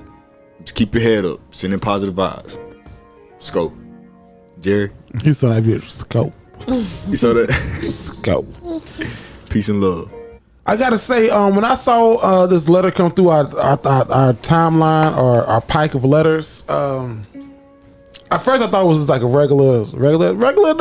No, this is one of a kind letter. Yeah, it is. So and I was partial to it because my first job out of college, I worked at a place called the Northeast Florida Healthy Start Coalition. And our biggest goals was to make sure that children didn't suffer from infant mortality, and that they saw their first birthday. And it was a weird position for a man to be in. Like, I was in marketing, but I was marketing, breastfeeding and infant mortality and how to prevent infant mortality. And I'll go and do these presentations in front of all these pregnant women. Mm-hmm. And they be like, what the fuck you gonna tell me about being pregnant? And I had this whole PowerPoint like, yeah, when you're pregnant, your feet swell. And I was clicking through and I learned a lot. And one of the biggest things I learned was about postpartum. Now, she had her baby in October. So that lets me further know that she was going through some stuff throughout her entire pregnancy. Besides him, like anxiety, depression, some situations was taking place throughout her entire pregnancy. So I feel for that. She had a C-section, which a C-section, a lot of people don't know this, but if you have a C-section on your first child, what doctors typically try to do, if you have 6 more kids or 7 more kids, they want you to have a C-section for those kids as well. So if you had your first child, on your second and third, they're gonna try to cut you open again. Or you can request what's called the VBAC or a CBAC. It's a C or a V. And that's when you like, I'm gonna try to, it's a VBAC because it's vaginal. I'm gonna try to have a vaginal birth this time. They don't recommend it. But if you have a cesarean, a C-section, a cesarean, typically every kid after that is gonna be delivered that same way. And the C-section is tough. Because that's surgery. They put you under. Sometimes they put you under. Sometimes they numb your whole bottom half. But most of the time they put you under for a cesarean because they cutting and pulling and they cutting and pulling and out, and you can't be up for that. So having a C-section is already tough because no mom wants to go into a full blown surgery thinking I may not make it out of this because it's a surgery. Or thinking you're gonna deliver the baby one way and then turn out boom boom. Because a C-section is literally like, hey, the baby ain't gonna make it the other way. We got to do it this way. So I learned that in my experience at the Healthy Start Coalition. I'm sorry, I hit my mic, but I know that you're looking for words of encouragement, and I'm gonna give them to you because I can sympathize with you just because I saw so many mothers come through the coalition who were in these similar situations. You 20 years old. I wonder if you turn 21 in this year or if you turn 20 this year in January or February. So either you're 20 or you're turning 21 soon. That doesn't make a difference. Y'all young. I think Vasco talked about it earlier. Y'all at a pivotal point in y'all life where y'all are figuring shit out still. And you're figuring parenthood out still. You're a young parent. Like, although 20 is an okay age to have a kid, you're still a young parent. You ain't got it all together yet. You ain't got your shit together yet at all. So, though depression is real, pregnancy depression is real, and postpartum is real. Be the best that you can be. Like, I know Vanessa said lean on that support, but don't lean so heavy on that support where you become dependent on that support. Be the best that you can be for your daughter. And if your 20-year-old, because Vanessa said they about the same age, and I think so too. If your 20-something-year-old boyfriend, goddamn it, You drop that paper 6 it's times. just no fan. If they're around the same age, they're gonna They're gonna want to be out and about and slanging and banging and doing all that they're doing. Don't feed into the bullshit of what they're doing. Be the best version of yourself that you can be. Be the best that you can be for your daughter. It is ironic that we talked about this and we talked about the single parent and the divorce and all that stuff earlier. Be the best version of yourself that you can be for your daughter and for your future kids, because they're gonna look to you as an example. Kids always go back to them. They say sons always lead to their mother, and boys lead to their. Wait, they say boys lead to their mother, right? And daughters tend to their father. But they gonna tend to whoever loved them the most. Love that baby and the future babies that you may or may have, and just be the best parent that you can be. I know I ain't helped shit. You did, but I love you. Be the best you could be. Nessa. I think my brother was scared. You think he was scared? Like, being so young and then having this come up, I think it was two things. Like, he was scared because it was like, she's pregnant, I don't really know how to deal with her while she's pregnant, like, you know what I'm saying? Or two, all the shit she got going on. Right, all the shit she got going on. Exactly. No offense to, you know what I'm saying? Yeah, there, but it just comes with the territory. And then secondly, he could have been like, bro, I'm just trying to get out the rest of this shit while I can before I have to really like chill out and be. Cause he said he was gonna take care of you, so maybe that meant like he might invite you into the apartment and then y'all start to like death for a little minute. So I don't know, maybe I'm reading too much into it, but I'm just really trying to get his mentality on that. Yeah, cause you said you knew he wasn't out there cheating, but he was spending a significant time at work or with his friends or whatever the case may be. Maybe that was to clear his head. You know what I'm saying? Give him some time to be at peace, cause you young. What else you gonna do? Only way I know how to relieve my stress is to be with my homies. One thing he tried to clear his head, clearing it in her, and that was the first, not mistake, but that was like, you know, he knew what he was doing when he laid down. Yeah, I ain't got no excuses, no sympathy for him. Yeah, I ain't got none one. True, but I ain't got shit for him. Nessa. Yes, it's a good point though, Vasco. Nessa. Friendsgiving gone wrong. Fayetteville, North Carolina. The cousin who wrote this, girl. Can I tell you what she said? Tell me what she said. She said there's two things about this letter. She said, first of all, she knows she ain't do no punctuation fail or grammatical error, no grammatical correction. She said she know that. Okay. Because she was pissed off when she wrote this shit. And then the second thing was that she said she knew it was gonna be long, so stick in there. It's the first one for me. But I love you, and I was entertained by this. But here we go. Okay. Fayetteville, Friendsgiving gone wrong. Fayetteville, North Carolina. Did I say Fayetteville gone wrong? Fayetteville. Friendsgiving gone wrong. Fayetteville, North Carolina. Hey cousins, Jerry, Vanessa, and Vasco. A group of friends and I hosted a Friendsgiving last weekend since some of our colleges are getting out already for Thanksgiving, or just close enough that we can come and go back to campus. Well, one friend brought another friend who said she was in culinary school, with us knowing that we all brought food to cook. Everything is going good so far, but here is where it goes straight to the pits of hell. The friend, and yes, I'm dropping names since we all grown. So Quanda, we've talked since like we normally do. We still cool. But Quanda, she asked if her friend who was in culinary could do the cooking for the most part, and people had no issues. But I said I'll make some items once she made hers, because I don't eat everybody's cooking. I did my pan of dressing, stuffing, however you say it, and my seasoned chicken to bake and fry. Then I went about setting the rest of my items to the side and labeling them as mine. Also, keep in mind I bought and paid for them with my own money.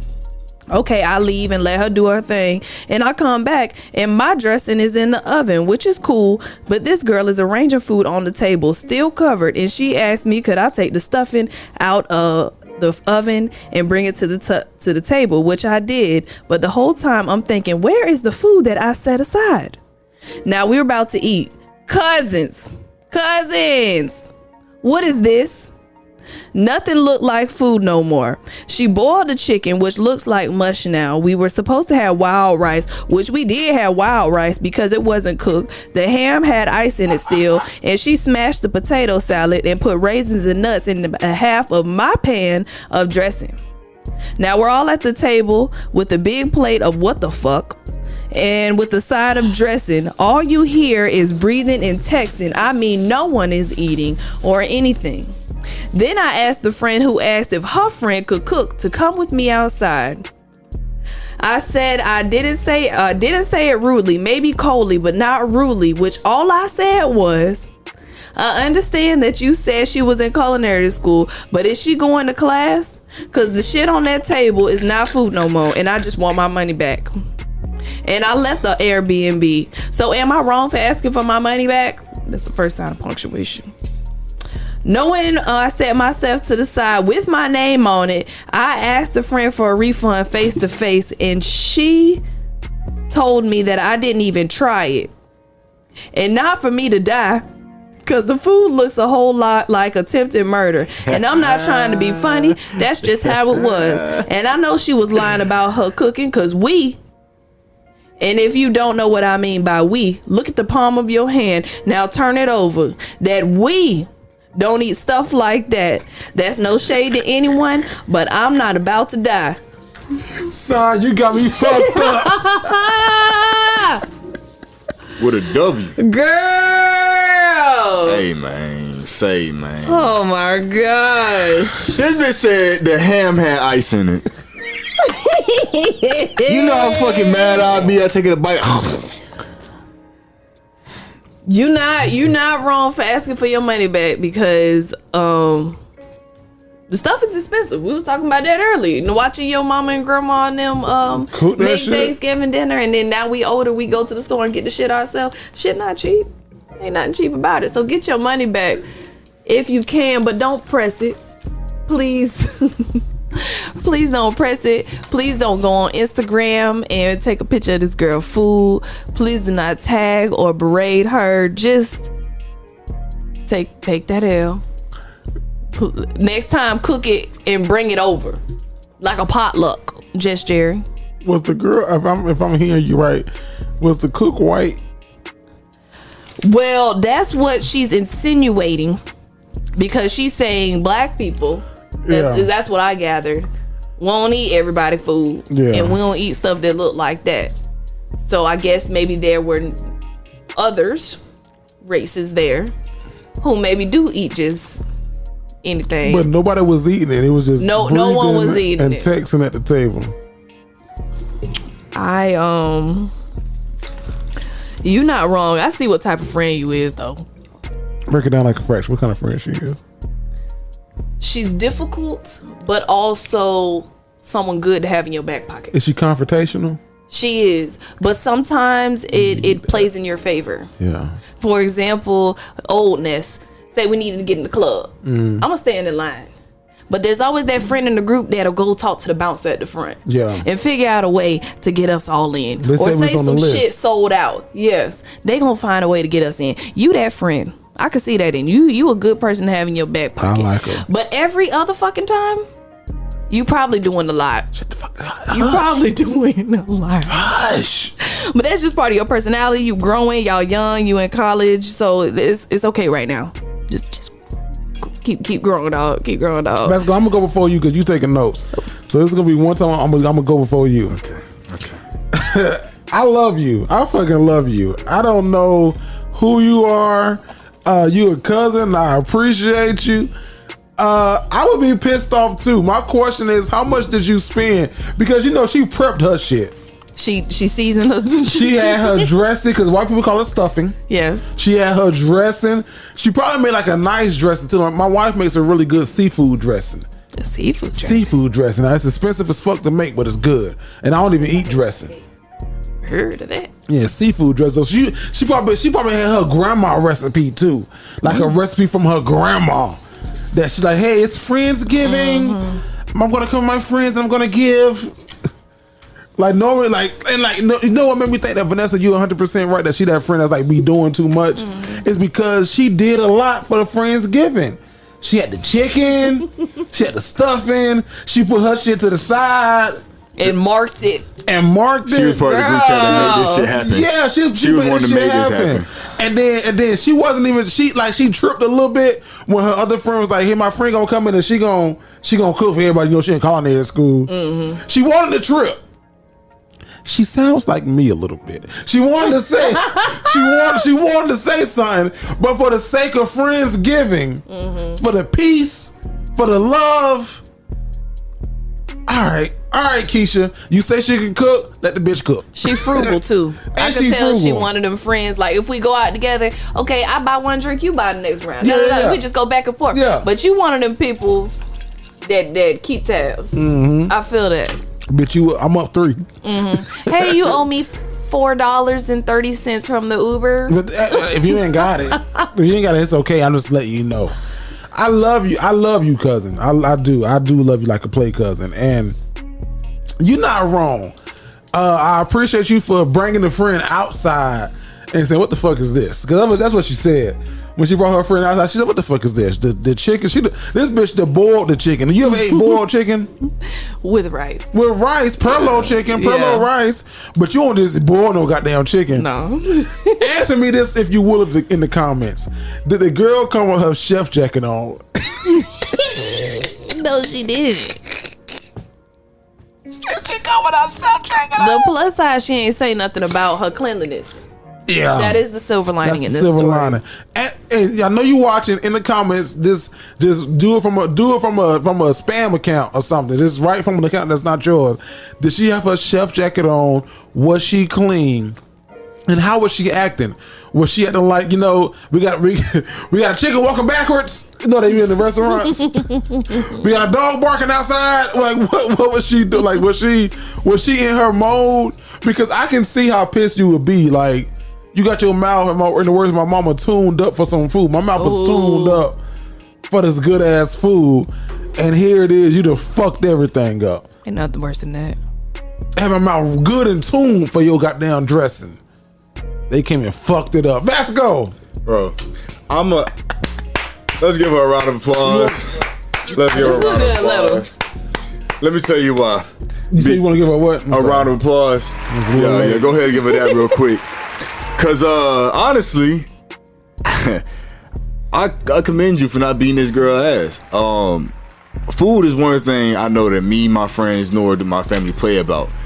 And with you being in college, and then on top of that, confirming our theory of a group of friends and I hosted a Friendsgiving, so y'all put this shit together with the expectations of it's gonna be great, and then Quanda are good at least. Right, good. Quanda, I want to see what Quanda looked like so I can get a vibe.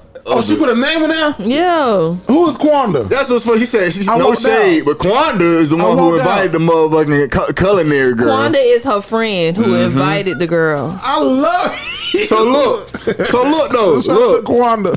I would be pissed. I seasoned the chicken. Yeah. I made this dressing. I put both of these bitches in the pan, my name on it off to the side, and you go and touch my shit. And Ashley moved it. Quanda invited Ashley. Not even moved it. You went and added your own fucking ingredients to my shit. Put a spin to it. You boiled my chicken. If there was no verbal though, then maybe you were just marking who brought what. That's this side. That was a good rebuttal. No, but on this side, we know that shit was prepped. Look here, man. So raisins and nuts in the tater salad. She had cherries too. She just didn't write. Oh man. Boy, ham with ice on the inside. Nah, man. Look, man. Kudos to you for not beating this girl's ass.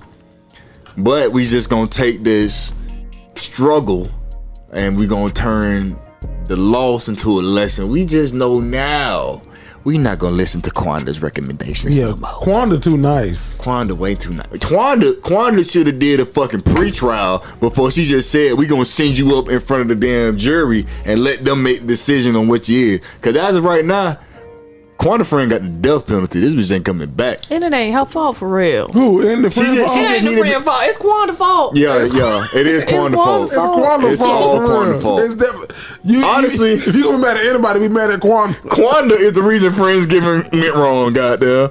Quanda. Bro. Quanda. Kudos. You know what I'm saying? Not be nice. Next time we know not listen to Quanda recommendations. And we also know not to let somebody who's been in culinary school for 3 weeks cook the food. She said, she been going to class? She been skipping. She been trying to get out her profession for so long. But she didn't want her cover to get blown. So she was like, I'm gonna just try. That's what shit you hear at Thanksgiving, like, bitch, you been going to class? What the fuck? That table looked like somebody who just said, how hard could it be in the kitchen? And then she said, I did say it rudely, but maybe coldly, but not rudely, which all I said was. Now, all that let me know is that you say that shit rude as fuck to your friend. You said it how you heard it in your head. You ain't sift through shit. You just said it how your it came friend together. wasn't that rude. I'm you, because I did the same But that thing. shit was rude as fuck. You don't ever invite this bitch back. Did this bitch go to class? Did she learn anything? That's not food no more, and I want my money back. Did y'all eat anything? I wonder if they ate. The chicken was mush. But after she took Quanda outside and came back inside, did they eat? Then what? Did they pray? Like, what happened? How much money you got in your pocket? She $20? 10? I think I got about 20 on me. We want to get some DoorDash? I know they around here somewhere. Yeah. Shit, we can get some Panda Express. We can go somewhere. Cause Quanda wanted to ruin fucking Friendsgiving. I feel terrible for them because this was a great idea. Yeah. She prepared her chicken. She had bell peppers and onions cut all on top of it. Season that shit. And she said, all you gotta do is put this in the oven. Mm-hmm. Put it in the oven for about an hour, 15. It'll be good. That's probably what she said. Yeah, girl, all you gotta do is put this in the oven. And then the girl took it as, okay, I'll put it in the oven. Then she opened it. She's like, oh. She said she missing this. This could use some raisins. I'm gonna kill him with this one. I'm gonna get him with this one. They gonna love this. Here y'all go. I just learned this yesterday. Then she, in the middle of making it, she's like, now what was that step? Did they say 2 dashes or 3? Let's just do 4. The raisins like this. And it's gonna sound rude as fuck, and I'm gonna say it because I was gonna say you sound like your friend in here. I'm just gonna sound. It's not rude. But I won't say it rude. It might be a little cold, but it ain't rude. Ain't no white person cook for me on Thanksgiving. I ain't gonna tell you that right now. I don't know who it is. Ain't no white person cook for me on Thanksgiving. Paula Dean? She said, "Nigga, ain't no way she cooking for me." Paula Dean ain't cooking for me on Thanksgiving. I don't give a goddamn how good her yams is. Ain't no white person cooking for me. Vanessa made some decent macaroni and cheese. And that was a year ago. That was a year ago. Now Vanessa cannot. I would knock that shit off the counter if Vanessa brought it for Thanksgiving. Get that shit out of here. No disrespect to you. No disrespect to you. I need somebody with all fat cooking just for my clarification. shit. No, I'm thinking back like to what my mom. Fuck you. No, I ain't use no cheese with. Cook for Thanksgiving, and she was definitely like primarily the ham and the stuffing person. See, and that right there. And then like Auntie Sonetta will bring the macaroni and cheese, and the greens and stuff like that. So she sounds like she can cook. Sonetta? Shit. Sonetta sounds she got a sweet potato pie that shut this whole goddamn city down. Man, put her fucking elbow in that. And she got arm fat. Well, rest in peace, but yes, she did. She had arm fat. Mm-hmm. She did. She real pretty smile with a loud laugh. A little big ass. One of them. Did she have a single gold tooth in her mouth? I don't know. I don't think so. But he like definitely the cliche black auntie. You need some black names like Turner and Francis. Middle name Dolores. Geraldine. Yeah. They could cook. Ashley. Renee. Susie. I don't want to cook my goddamn dinner. I don't even get how I'm done. But I don't get how like y'all be seeing that viral family where the guy messaged the couple by accident The couple messages that got back to that. He's dinner with them. Now he's dinner with them. I don't see how he go there. Like he stopped somewhere first before he go there. He just doing that shit for social media. But he goes somewhere else. The guy who got the wrong message and he goes to his white family's house every year. The dad passed away, but now he continues to keep the tradition up. He stopped at his real people's house before he go there. He might go there early though. Not early. You go there about 12, 1 o'clock. Yeah. Hey guys. Hey, we're still doing it. Let's take a picture for social. That's the first stop. You gonna take a plate? Nah, I'm good. Yeah, I'll take it. Put that shit in the trash. Put that bitch upside down. Iron's and hurting feelings. Any Listen, what we not gonna do is keep going on Well, what? about these. The white people? Yeah. I ain't going by that. White people cook. They let's carve the turkey. Niggas ain't carving no turkey. We deep frying that motherfucker. Yeah. I don't be wanting to. And the best turkey I ever had was definitely from a black woman. Deep fried. It was. That white meat tastes black. Nigga, collard greens. White people be having. We're gonna have a casserole. And I got them casserole on Thanksgiving. I ain't never ate the casserole. We're gonna have cranberry sauce and Casserole be the only dish still fully there. stuffing. Thanksgiving. We're gonna have potatoes with yam with marshmallows on top. Yams with marshmallows. We did have that. See, that's and very I white. like that though. Very That shit white. good as fuck. Souffle. With the I like marshmallows on top. Yams with little marshmallows. With the little ones, the baby ones, yeah. Especially when they real soft. Oh. Let's close your segment so we can go. Yeah, so that was Love 'Em or Leave 'Em. You can write into me, Jerry and Vasco, and get your relationship, situationship, or friendship advice. Go to jerrythegreat.com, JerryTHA, great.com. Look for Love 'Em or Leave 'Em and click the link. Vasco! Yo. What's going on in Florida, bro? You already know it's always something going on. Every week, every day we learn something new. But this one right here, it goes with the theme. Florida City cancels turkey shoot. What the Florida is going on here? Did you hear what I said? I know it sounds very strange because Florida and guns usually go hand in hand, but this time we're going to go ahead and cease that. Florida City cancels turkey shoot. We'll talk about it, but first, road intro. I don't care what part of Florida it is. The craziest people in all of America are in the Bronx in Florida. It's distilled. It's just like, it's pure. It's 100% pure. Uncut Florida. Yo, what it is, fuckery. what it do, man? It's your boy Scope, a.k.a. VSJ. And on What the Florida this week, we have Florida City cancels turkey shoot. Let's go ahead and get into it. A small Florida town is canceling its decades-long annual turkey shoot to help feed needy families, saying the price of birds has more than doubled. For nearly 70 years, residents of Seville fired shotguns at targets hoping to win a frozen turkey.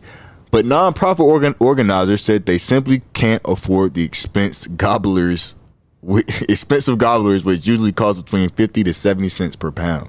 But this year, the turkeys were around $1.19 a pound. And it is also getting harder to find smaller birds, with many turkeys averaging 15 to 17 pounds. That's almost $20 per bird.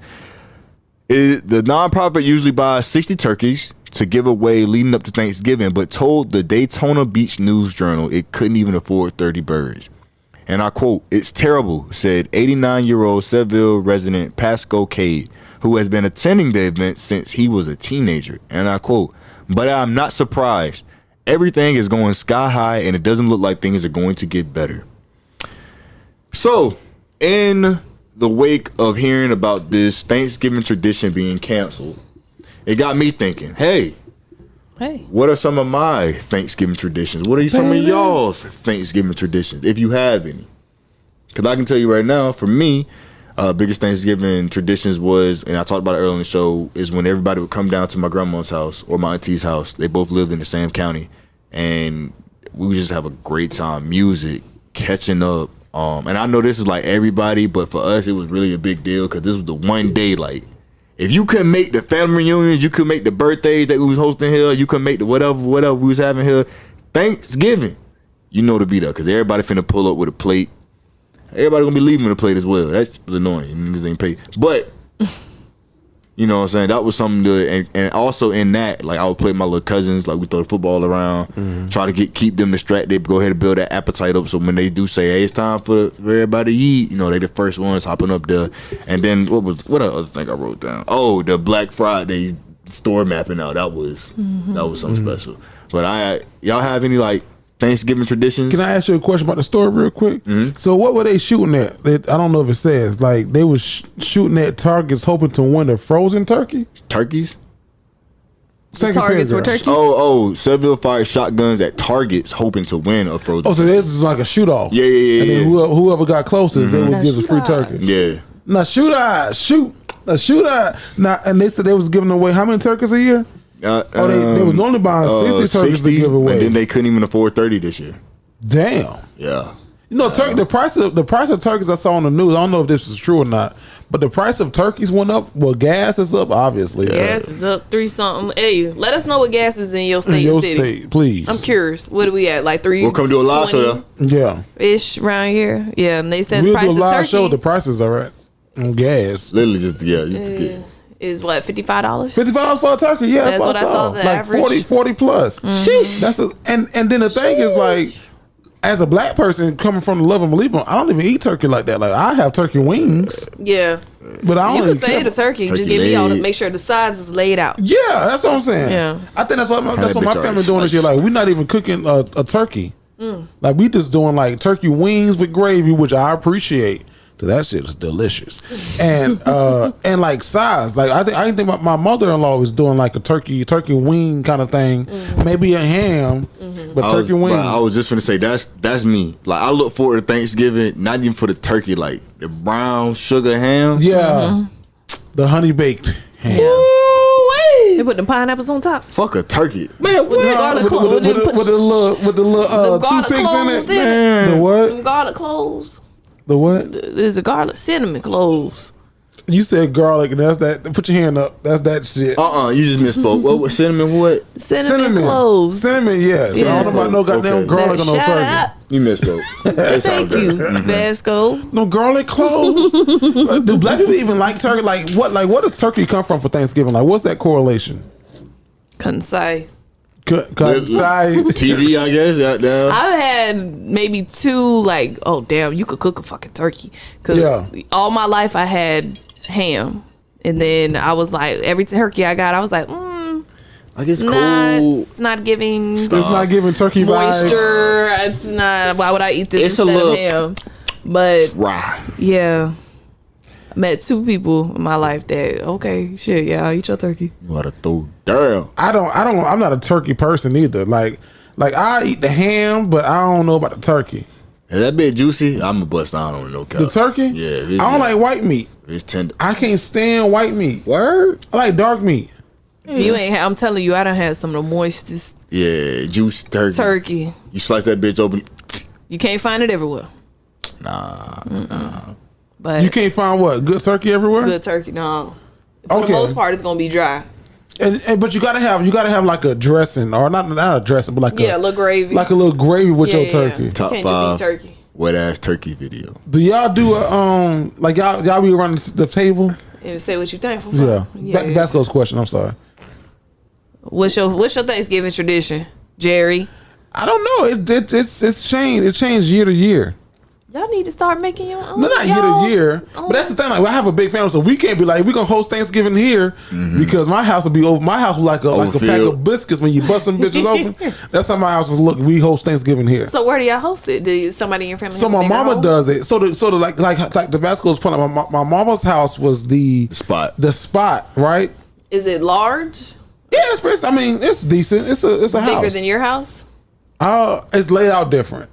So are y'all not busting out of that house? No, we're not. Or it don't matter over there because y'all in y'all hood. I would say it's bigger. It's bigger, yeah. Oh, you been there? Yeah, you been there. I would say your house is bigger. Okay. Well, fuck. But you're right though. It is laid out. But the way it's laid out, like I would think it was bigger. Yeah, it definitely feels bigger. I think my square species definitely bigger too. But it's like, we have like areas like it's Palm Coast. So you got a big ass driveway where you can park multiple cars. You got a backyard. You got a side yard. You got the pool patio. So like even if it's even if it's 50 people at her house, it doesn't feel like 50. 50 people at my house is gonna feel like 50. Yeah. It's gonna be like, oh, no, nigga, it's a line out the door. So, but no, like the thing was like growing up as kids, we like she hosted Thanksgiving typically every year. Like every once in a while, they'd go to like another auntie house, but for the most part, it was at my mama's house. And like as we all got older, like my cousins gotten older, they want to have their own Thanksgiving in their families and stuff. So it was like each year people disappear, and they're doing their own traditions and they're setting their own standard, which is fine. But it's like, you know, what do we like? So like now it's changing a little bit. It's good. Like we still enjoy each other, but now I got like a lot of nieces and nephews, like little kids. It's like, nigga, dude, shut up, hush. But it's like, is that how it used to be? Right? You know what I mean? We see the Todd slowly keep shifting. Yeah. It's like, is that was us? Was that us? Crazy, and bro. the kids say 15 plates first. Like, no, nigga, I'm finna eat. Move. Uncle Jerry, please. Don't call me Uncle Jerry. Please. Don't call me Uncle Jerry. No, it's not. No. Uncle Jerry, nigga. Uncle Jerry. Oh, they don't call you Uncle Jerry? No, that's your Uncle Jerry over there. Oh. This is your Uncle Jerry, yeah. They don't call you Uncle Jerry? They gotta say the whole thing? Yes. Put some respect on my name. Everybody in my family got a nickname. Put some respect on my name. Yeah. Oh, Bill What's your traditions, Vanessa? I'm really am on this whole, like, once I get kids, then I'll pick that shit back up. Right. But the whole my parents getting divorced really rocked things. So now it's like, shit, I'll be there when I get there. I'm not gonna be on time. This is my only couple of days off in a long time. Damn. So I'm a probably sleep in. But your family pretty young still too, right? What's young? My daddy is 40. What they turning? Shit. Yes. Ooh, Yes. Young. my people about to be 50. Young. Yes. Okay. Yes. So, and then, yeah. So, I mean, we go around the table, say what we thankful for. And then like y'all are the older crop. Yeah. Cause like I'm the younger crop. I'm the older. You know, yeah, like y'all older crop. Mm-hmm. Like I'm younger. Like I'm one of the younger cousins, one of the younger kids, one of the. So it's like for me, like that's what we're doing. Okay, tradition. And I didn't even have a huge family. I got 2 cousins. That's it on my white side, or 3. One came much later. So I grew up with 2 cousins on my white side and 3 on my black side. And that's it. Got a question. I'm sorry, Vasco. This is your segment. Do white people go as hard for their cousins as black people do? In my experience with my only 2 that I know, no. Alabama. Like we grew up like me, especially there's one, his birthday's in June, my birthday's in September. We were born the same year, so we grew up together. We was raised as kids together, and me and him are probably the closest. But no, I definitely think my black cousins go probably hard. Right hard. My nigga, that's my cousin, nigga. Yeah, everything they comment like, "What's up, cuz?" But even and that might have something to do with the fact that half my family's black, half my family's white. My white cousin, the boy at least, like when he write me on Facebook, he be like, "What's up, cuz?" Or "That's my cuz." Like he knows my black cousins and he knows Aunt Sonetta, like he knows my black family and stuff. Yeah. That's so cool. The white cousin be like, "Hello, Nessa." Now his sister, she shout out to Kristen, she went to law school and up in New York and Syracuse or something like that, so she is on a different wave, but he grew up with all of us, you know. So. What she say, cousin? She went, "Hi Vanessa." Oh, okay. Yeah, and he'll be like, "What's up, cuz?" Or "This my cousin Nessa." Or, that's your white cousin that said that? My cousin Kyle. Thought she be some Michael B. Jordan shit. Hello, cousin. He just very like half hipster, half like he just that's immersed, well rounded, nice. Yeah, you can't beat that. Black cousins go hard as fuck for their cousins. Black family, black everybody. Yes. White. I got some white people in my family that I be seeing them. I be like, "Hello." You know what? like cousins on the disintegrated. Yeah, my man. Like they over there. They be like, "Hello" at the family reunion. Hello. Mm-hmm. I'm like, "Hello, white people. Good evening. What up, cuz? Shit. Y'all bought the turkeys or what? Hello. Sorry, we got a guest."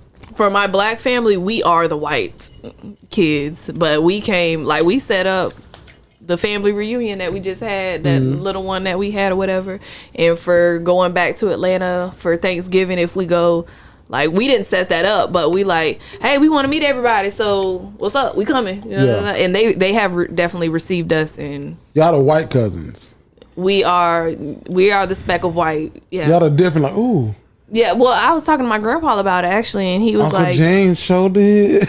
yeah, because they got together in the 90s, and my grandpa was like, I told your dad, you be with who you want to be with, but just be prepared, because my family's from a small town in Georgia, and they gonna look like what the fuck? That's who he brought.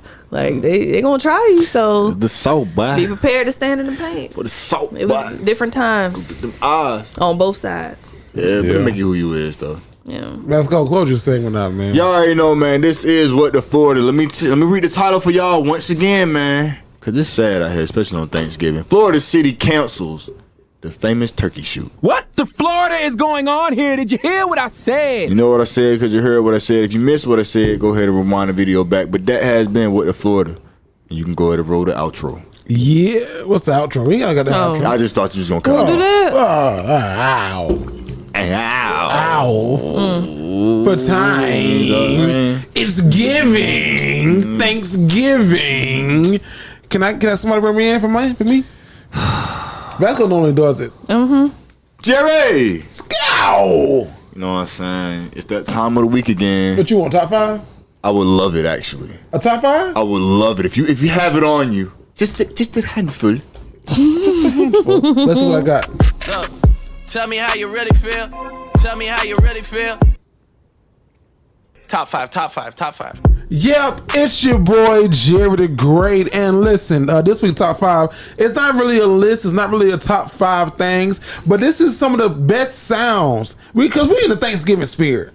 We in the holiday spirit. This is probably what you're going to hear. Like if you go to my family, Vanessa, you're going to be in Georgia with your black family. You're going to hear this Vasco. You'll hear this typically at your family things. Like this is the sounds of Thanksgiving. Take me back. Can I play the sounds of Thanksgiving for y'all? Take me back. This is the sounds of Thanksgiving. Y'all ready for it? Here we go. Hey, ain't gonna be no running in and out. The food ain't done yet. Y'all gonna either be outside or inside. Pick one of the two.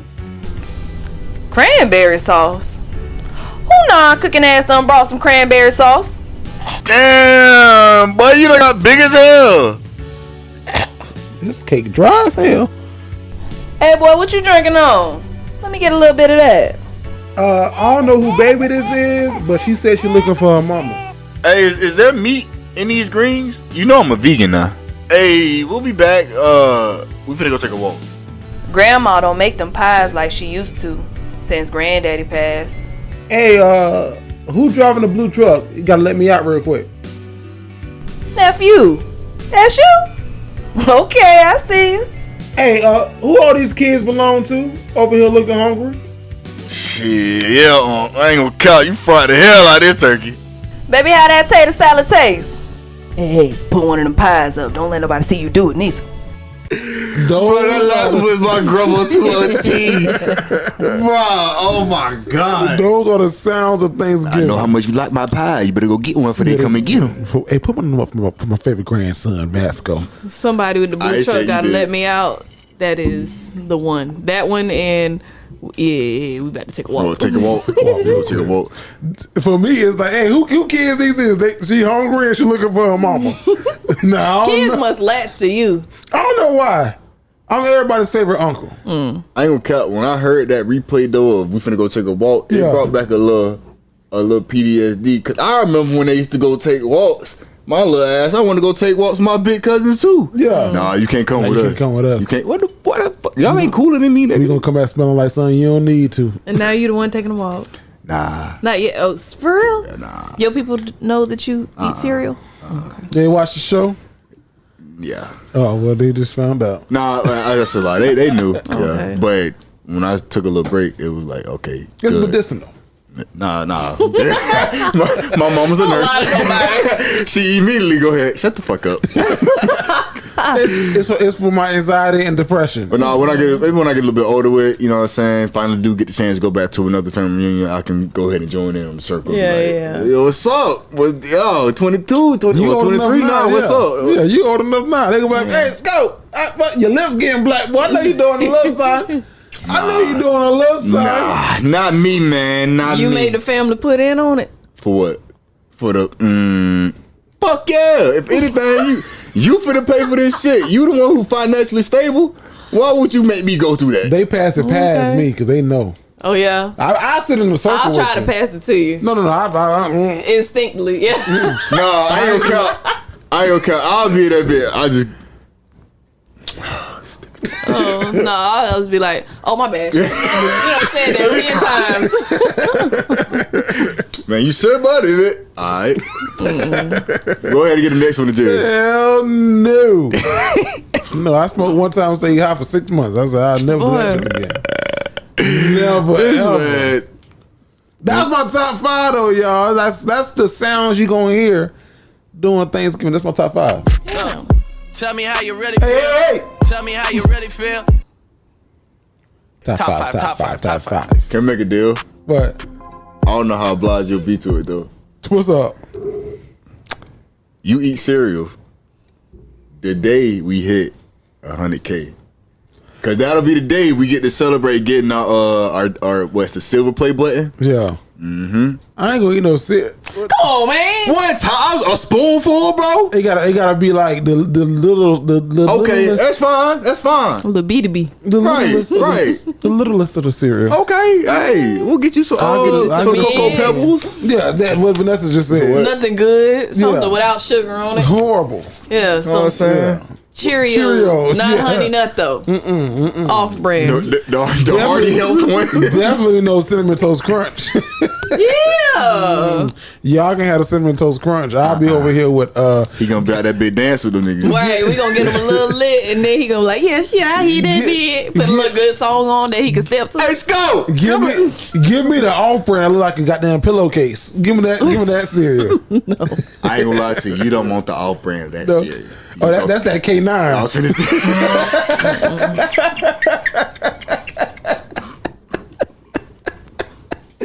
What the fuck would you call it? That K2, that clone. Yeah, that's actually they got the niggas out here like in the Michael Jackson video. Stop. The Thriller video. That's all on the rise. Yes. What do women want to know this week, man? Women That want K2. to know if she doesn't immediately accept your proposal, is it over? Hey. If you think you're lonely, Wait until tonight, girl. look here, man. I'll be long. I like that part. Now, that nigga was singing from his soul. That nigga said, discuss because I'm out the closet and chase you all around the room. How many times you played that song in this past week, Vasco? That shit? Yeah. Like twice. Because you ain't got to be heartbroken to play that one. Nah, this is real good. That's a good ass song. Yeah, I listened to that one twice, the original twice, then listened to like this remix like 3 times. But Who got the remix? I'll let you listen to it afterwards. You don't want to get 7 copyrighted. times. So. But You said once or twice.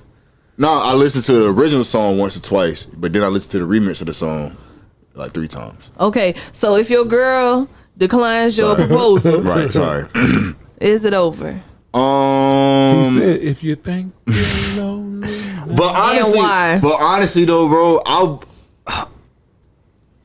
if I get down on a knee and propose to you, I'm thinking that we are in the space of you are going to be comfortable with it. Because that means I have talked to you about it, I have talked to mom about it, and I have received your father's blessing. So at this point in time, we should be more than enough ready to make this commitment like publicly. Like, don't deny me in front of everybody. You deny me in front of everybody, I mean you really just don't want to do this and you don't fuck with me. And You see yourself doing it in private or in public? I honestly can tell you right now, but knowing me, because I'm a drama queen, I probably do it public. Yeah. In front of my folks. Or in front of her or in front of her folks. Just to make it, you know what I'm saying, more memorable and special. Yeah. But like, yeah, so if she was to tell me no, bro, I would honestly have to talk to her because I wouldn't just end it right then and there. I'd be fucked up. So that's why I have to get an explanation. I have to know why. What's the reason? What is the reason? What is the reason? As soon as I find out that, if that correlate or aligns, I should say, with what I think is right or what I don't, that's going to be the determining factor of how I exit myself. Is there a good reason? Yeah, no, it is a good, like, if you genuinely just not ready, or if you wasn't ready to say it in that moment, or what's another good one that I can think off the top of my head? Yeah, that shock factor of it. Yeah, because sometimes it can catch you off guard, and it's like, whoa, I really wasn't prepared for that. Because I can see it going both ways. If like a female was prepared to propose to me, if my girl was proposed to me out of nowhere, fuck yeah. Nah. That's different, but I'm with you. I'm like, ooh, like we ain't ready for all that. But whoa, Kimo Sabe. So if she was put in the same predicament and she told me no, tell me why you said no. I can adjust. But if you just flat out give me a no, like, yeah, I don't want to be with you, then fucking say less. I guess we just wasted time for no reason. You got my hopes up for no reason. Now I'm over here in the pity, you know what I'm saying, the dumps. Yeah. I think if y'all been together for like 2, 3 plus, and she says no, slide. She already had an exit plan. So that begs the question: when is the appropriate time to propose? I don't know if there's an appropriate time. Right. I don't think that, because some people got married and proposed to and married after 6 months of dating. Some people have been 10 years plus, 50 years plus. Like, you know, what you doing tomorrow? You want to go down there? Want to go to the courtroom? You want to go down there? So I don't know if there's necessarily an appropriate time. But if you've been together for 3 years plus and you're like, I think that this is the one. As a man, I would look at her like, okay, well, what you got to say about me? What I did? You don't really want to be with me, do you? This is convenient for you. I'm just here for play. Yeah. You ain't happy with me. You know how much I spent on this ring? But to Vasco's point too, like if she said no and there was a reason behind the no, then it's like, okay. All right. Like, no, I'm still in school. I want to figure this thing. I want to figure out this life thing. It's like, okay. We too soon. No, I mean, I know it's 3 years, but I want to sow my royal oats. Want to what? Sow my royal oats. Break that down. That's what Hakeem wanted to do before he got married to before he met Lisa. Be in the streets. He wanted to be in the streets a little bit. Does she want to sow the royal oats? Let her go. You belong to the streets. You belong to the streets. Vanessa, would you ever have told anyone no? I guess the flip your woman want to know on you. Yeah. So why were you with him? Would I have ever told anyone no? Yeah. That you were with. Okay, that I was with. Someone that I was seriously dating. I've only had 3 that I was seriously dating. Yeah. One I would have told no because we were too young. What was the age? I was just coming back from getting my AA. So what, 19? 19, okay. Okay. Oh, the second one did propose and I said yes. But that ended because of various things. And then now, and I would not tell him no. Now all the people in between, yeah, we told them hell no. What the fuck is wrong with you? Not exclusively. Okay. So yeah, I was. There was maybe like 3, I would say, or 2 during my single time that I was seeing a little bit more seriously than everybody else. Others, okay. Yeah. So I mean, we were dating, but not really dating, not exclusively. And I tried to make that known.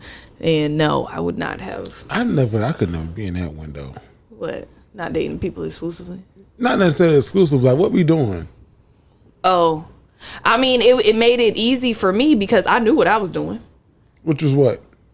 I was putting the hand in the cookie jar. That's all they need. Yeah, I was out here, and so it made it easy that he was not. They were not. You know. I'm gonna ask the question. We can play the beat so we can get out. Yeah. In terms of our choice, Jennifer Lewis said that she went to who put the acupuncturist. Mm-hmm. She said she went to one of them ladies and she is Japanese, and she said that she could tell that she had been with more than one man in one day. And then the lady told her, a woman who sleeps with how many? She said, how many boyfriends you got? Then Jennifer Lewis said 1. Then she said, how many boyfriends you got? Then she was like 2. Then she said, one man with one woman with more than one man makes woman poison. Oh. And then Jennifer was like, how the fuck this bitch know I had just slept? Because she said I had just slept with a guy that morning, then a guy like the night before she came out there. So have you ever? I've done one time in very close proximity. I would say within 2 days. Okay, Yes. that's my question. Yeah, but those were the two main ones. The two main ones. Yeah. Damn, y'all women are something else. Sorry, but hey, everybody knew what the fuck. Y'all women, Niggas is too. Y'all, nah, but the women. Yeah, Okay, damn. it wasn't good. I ain't Niggas proud is of worse. it, but shit. No, I'm not judging. I'm saying women be shopping. Vasco. What could they follow you on social media? Y'all already know, man. Go to any type of platform out there, type in IM.VSJ and give your boy a follow. Go ahead and like whatever you is on, and make sure you subscribe on the YouTube channel, man. Dropping some new content soon. Nessa, where can they find you at? Instagram and Twitter, Nessa_Mufasa, Facebook, Nessa Ness, and all of that don't even matter. Go ahead and follow us and subscribe with the Dignified Delinquents. Yo. Jerry. Yeah, shout out to Breeze and Bree. They doing their damn thing on the podcast gang, and we kicking slang, and we doing our thing. Go to TikTok and give us a drop on there. We got hair, everybody, Jerry, I'm here at Jerry the Great. That's gonna lean back. Fuck you. It's getting late. I'm trying to make the time so I can get to it. Hey, find me on Facebook, Instagram, and Twitter at Jerry the Great. That's Jerry THA Great. Follow us on the Dignified Delinquents. I gotta watch this damn time. The Dignified Delinquents. And guess what? We out.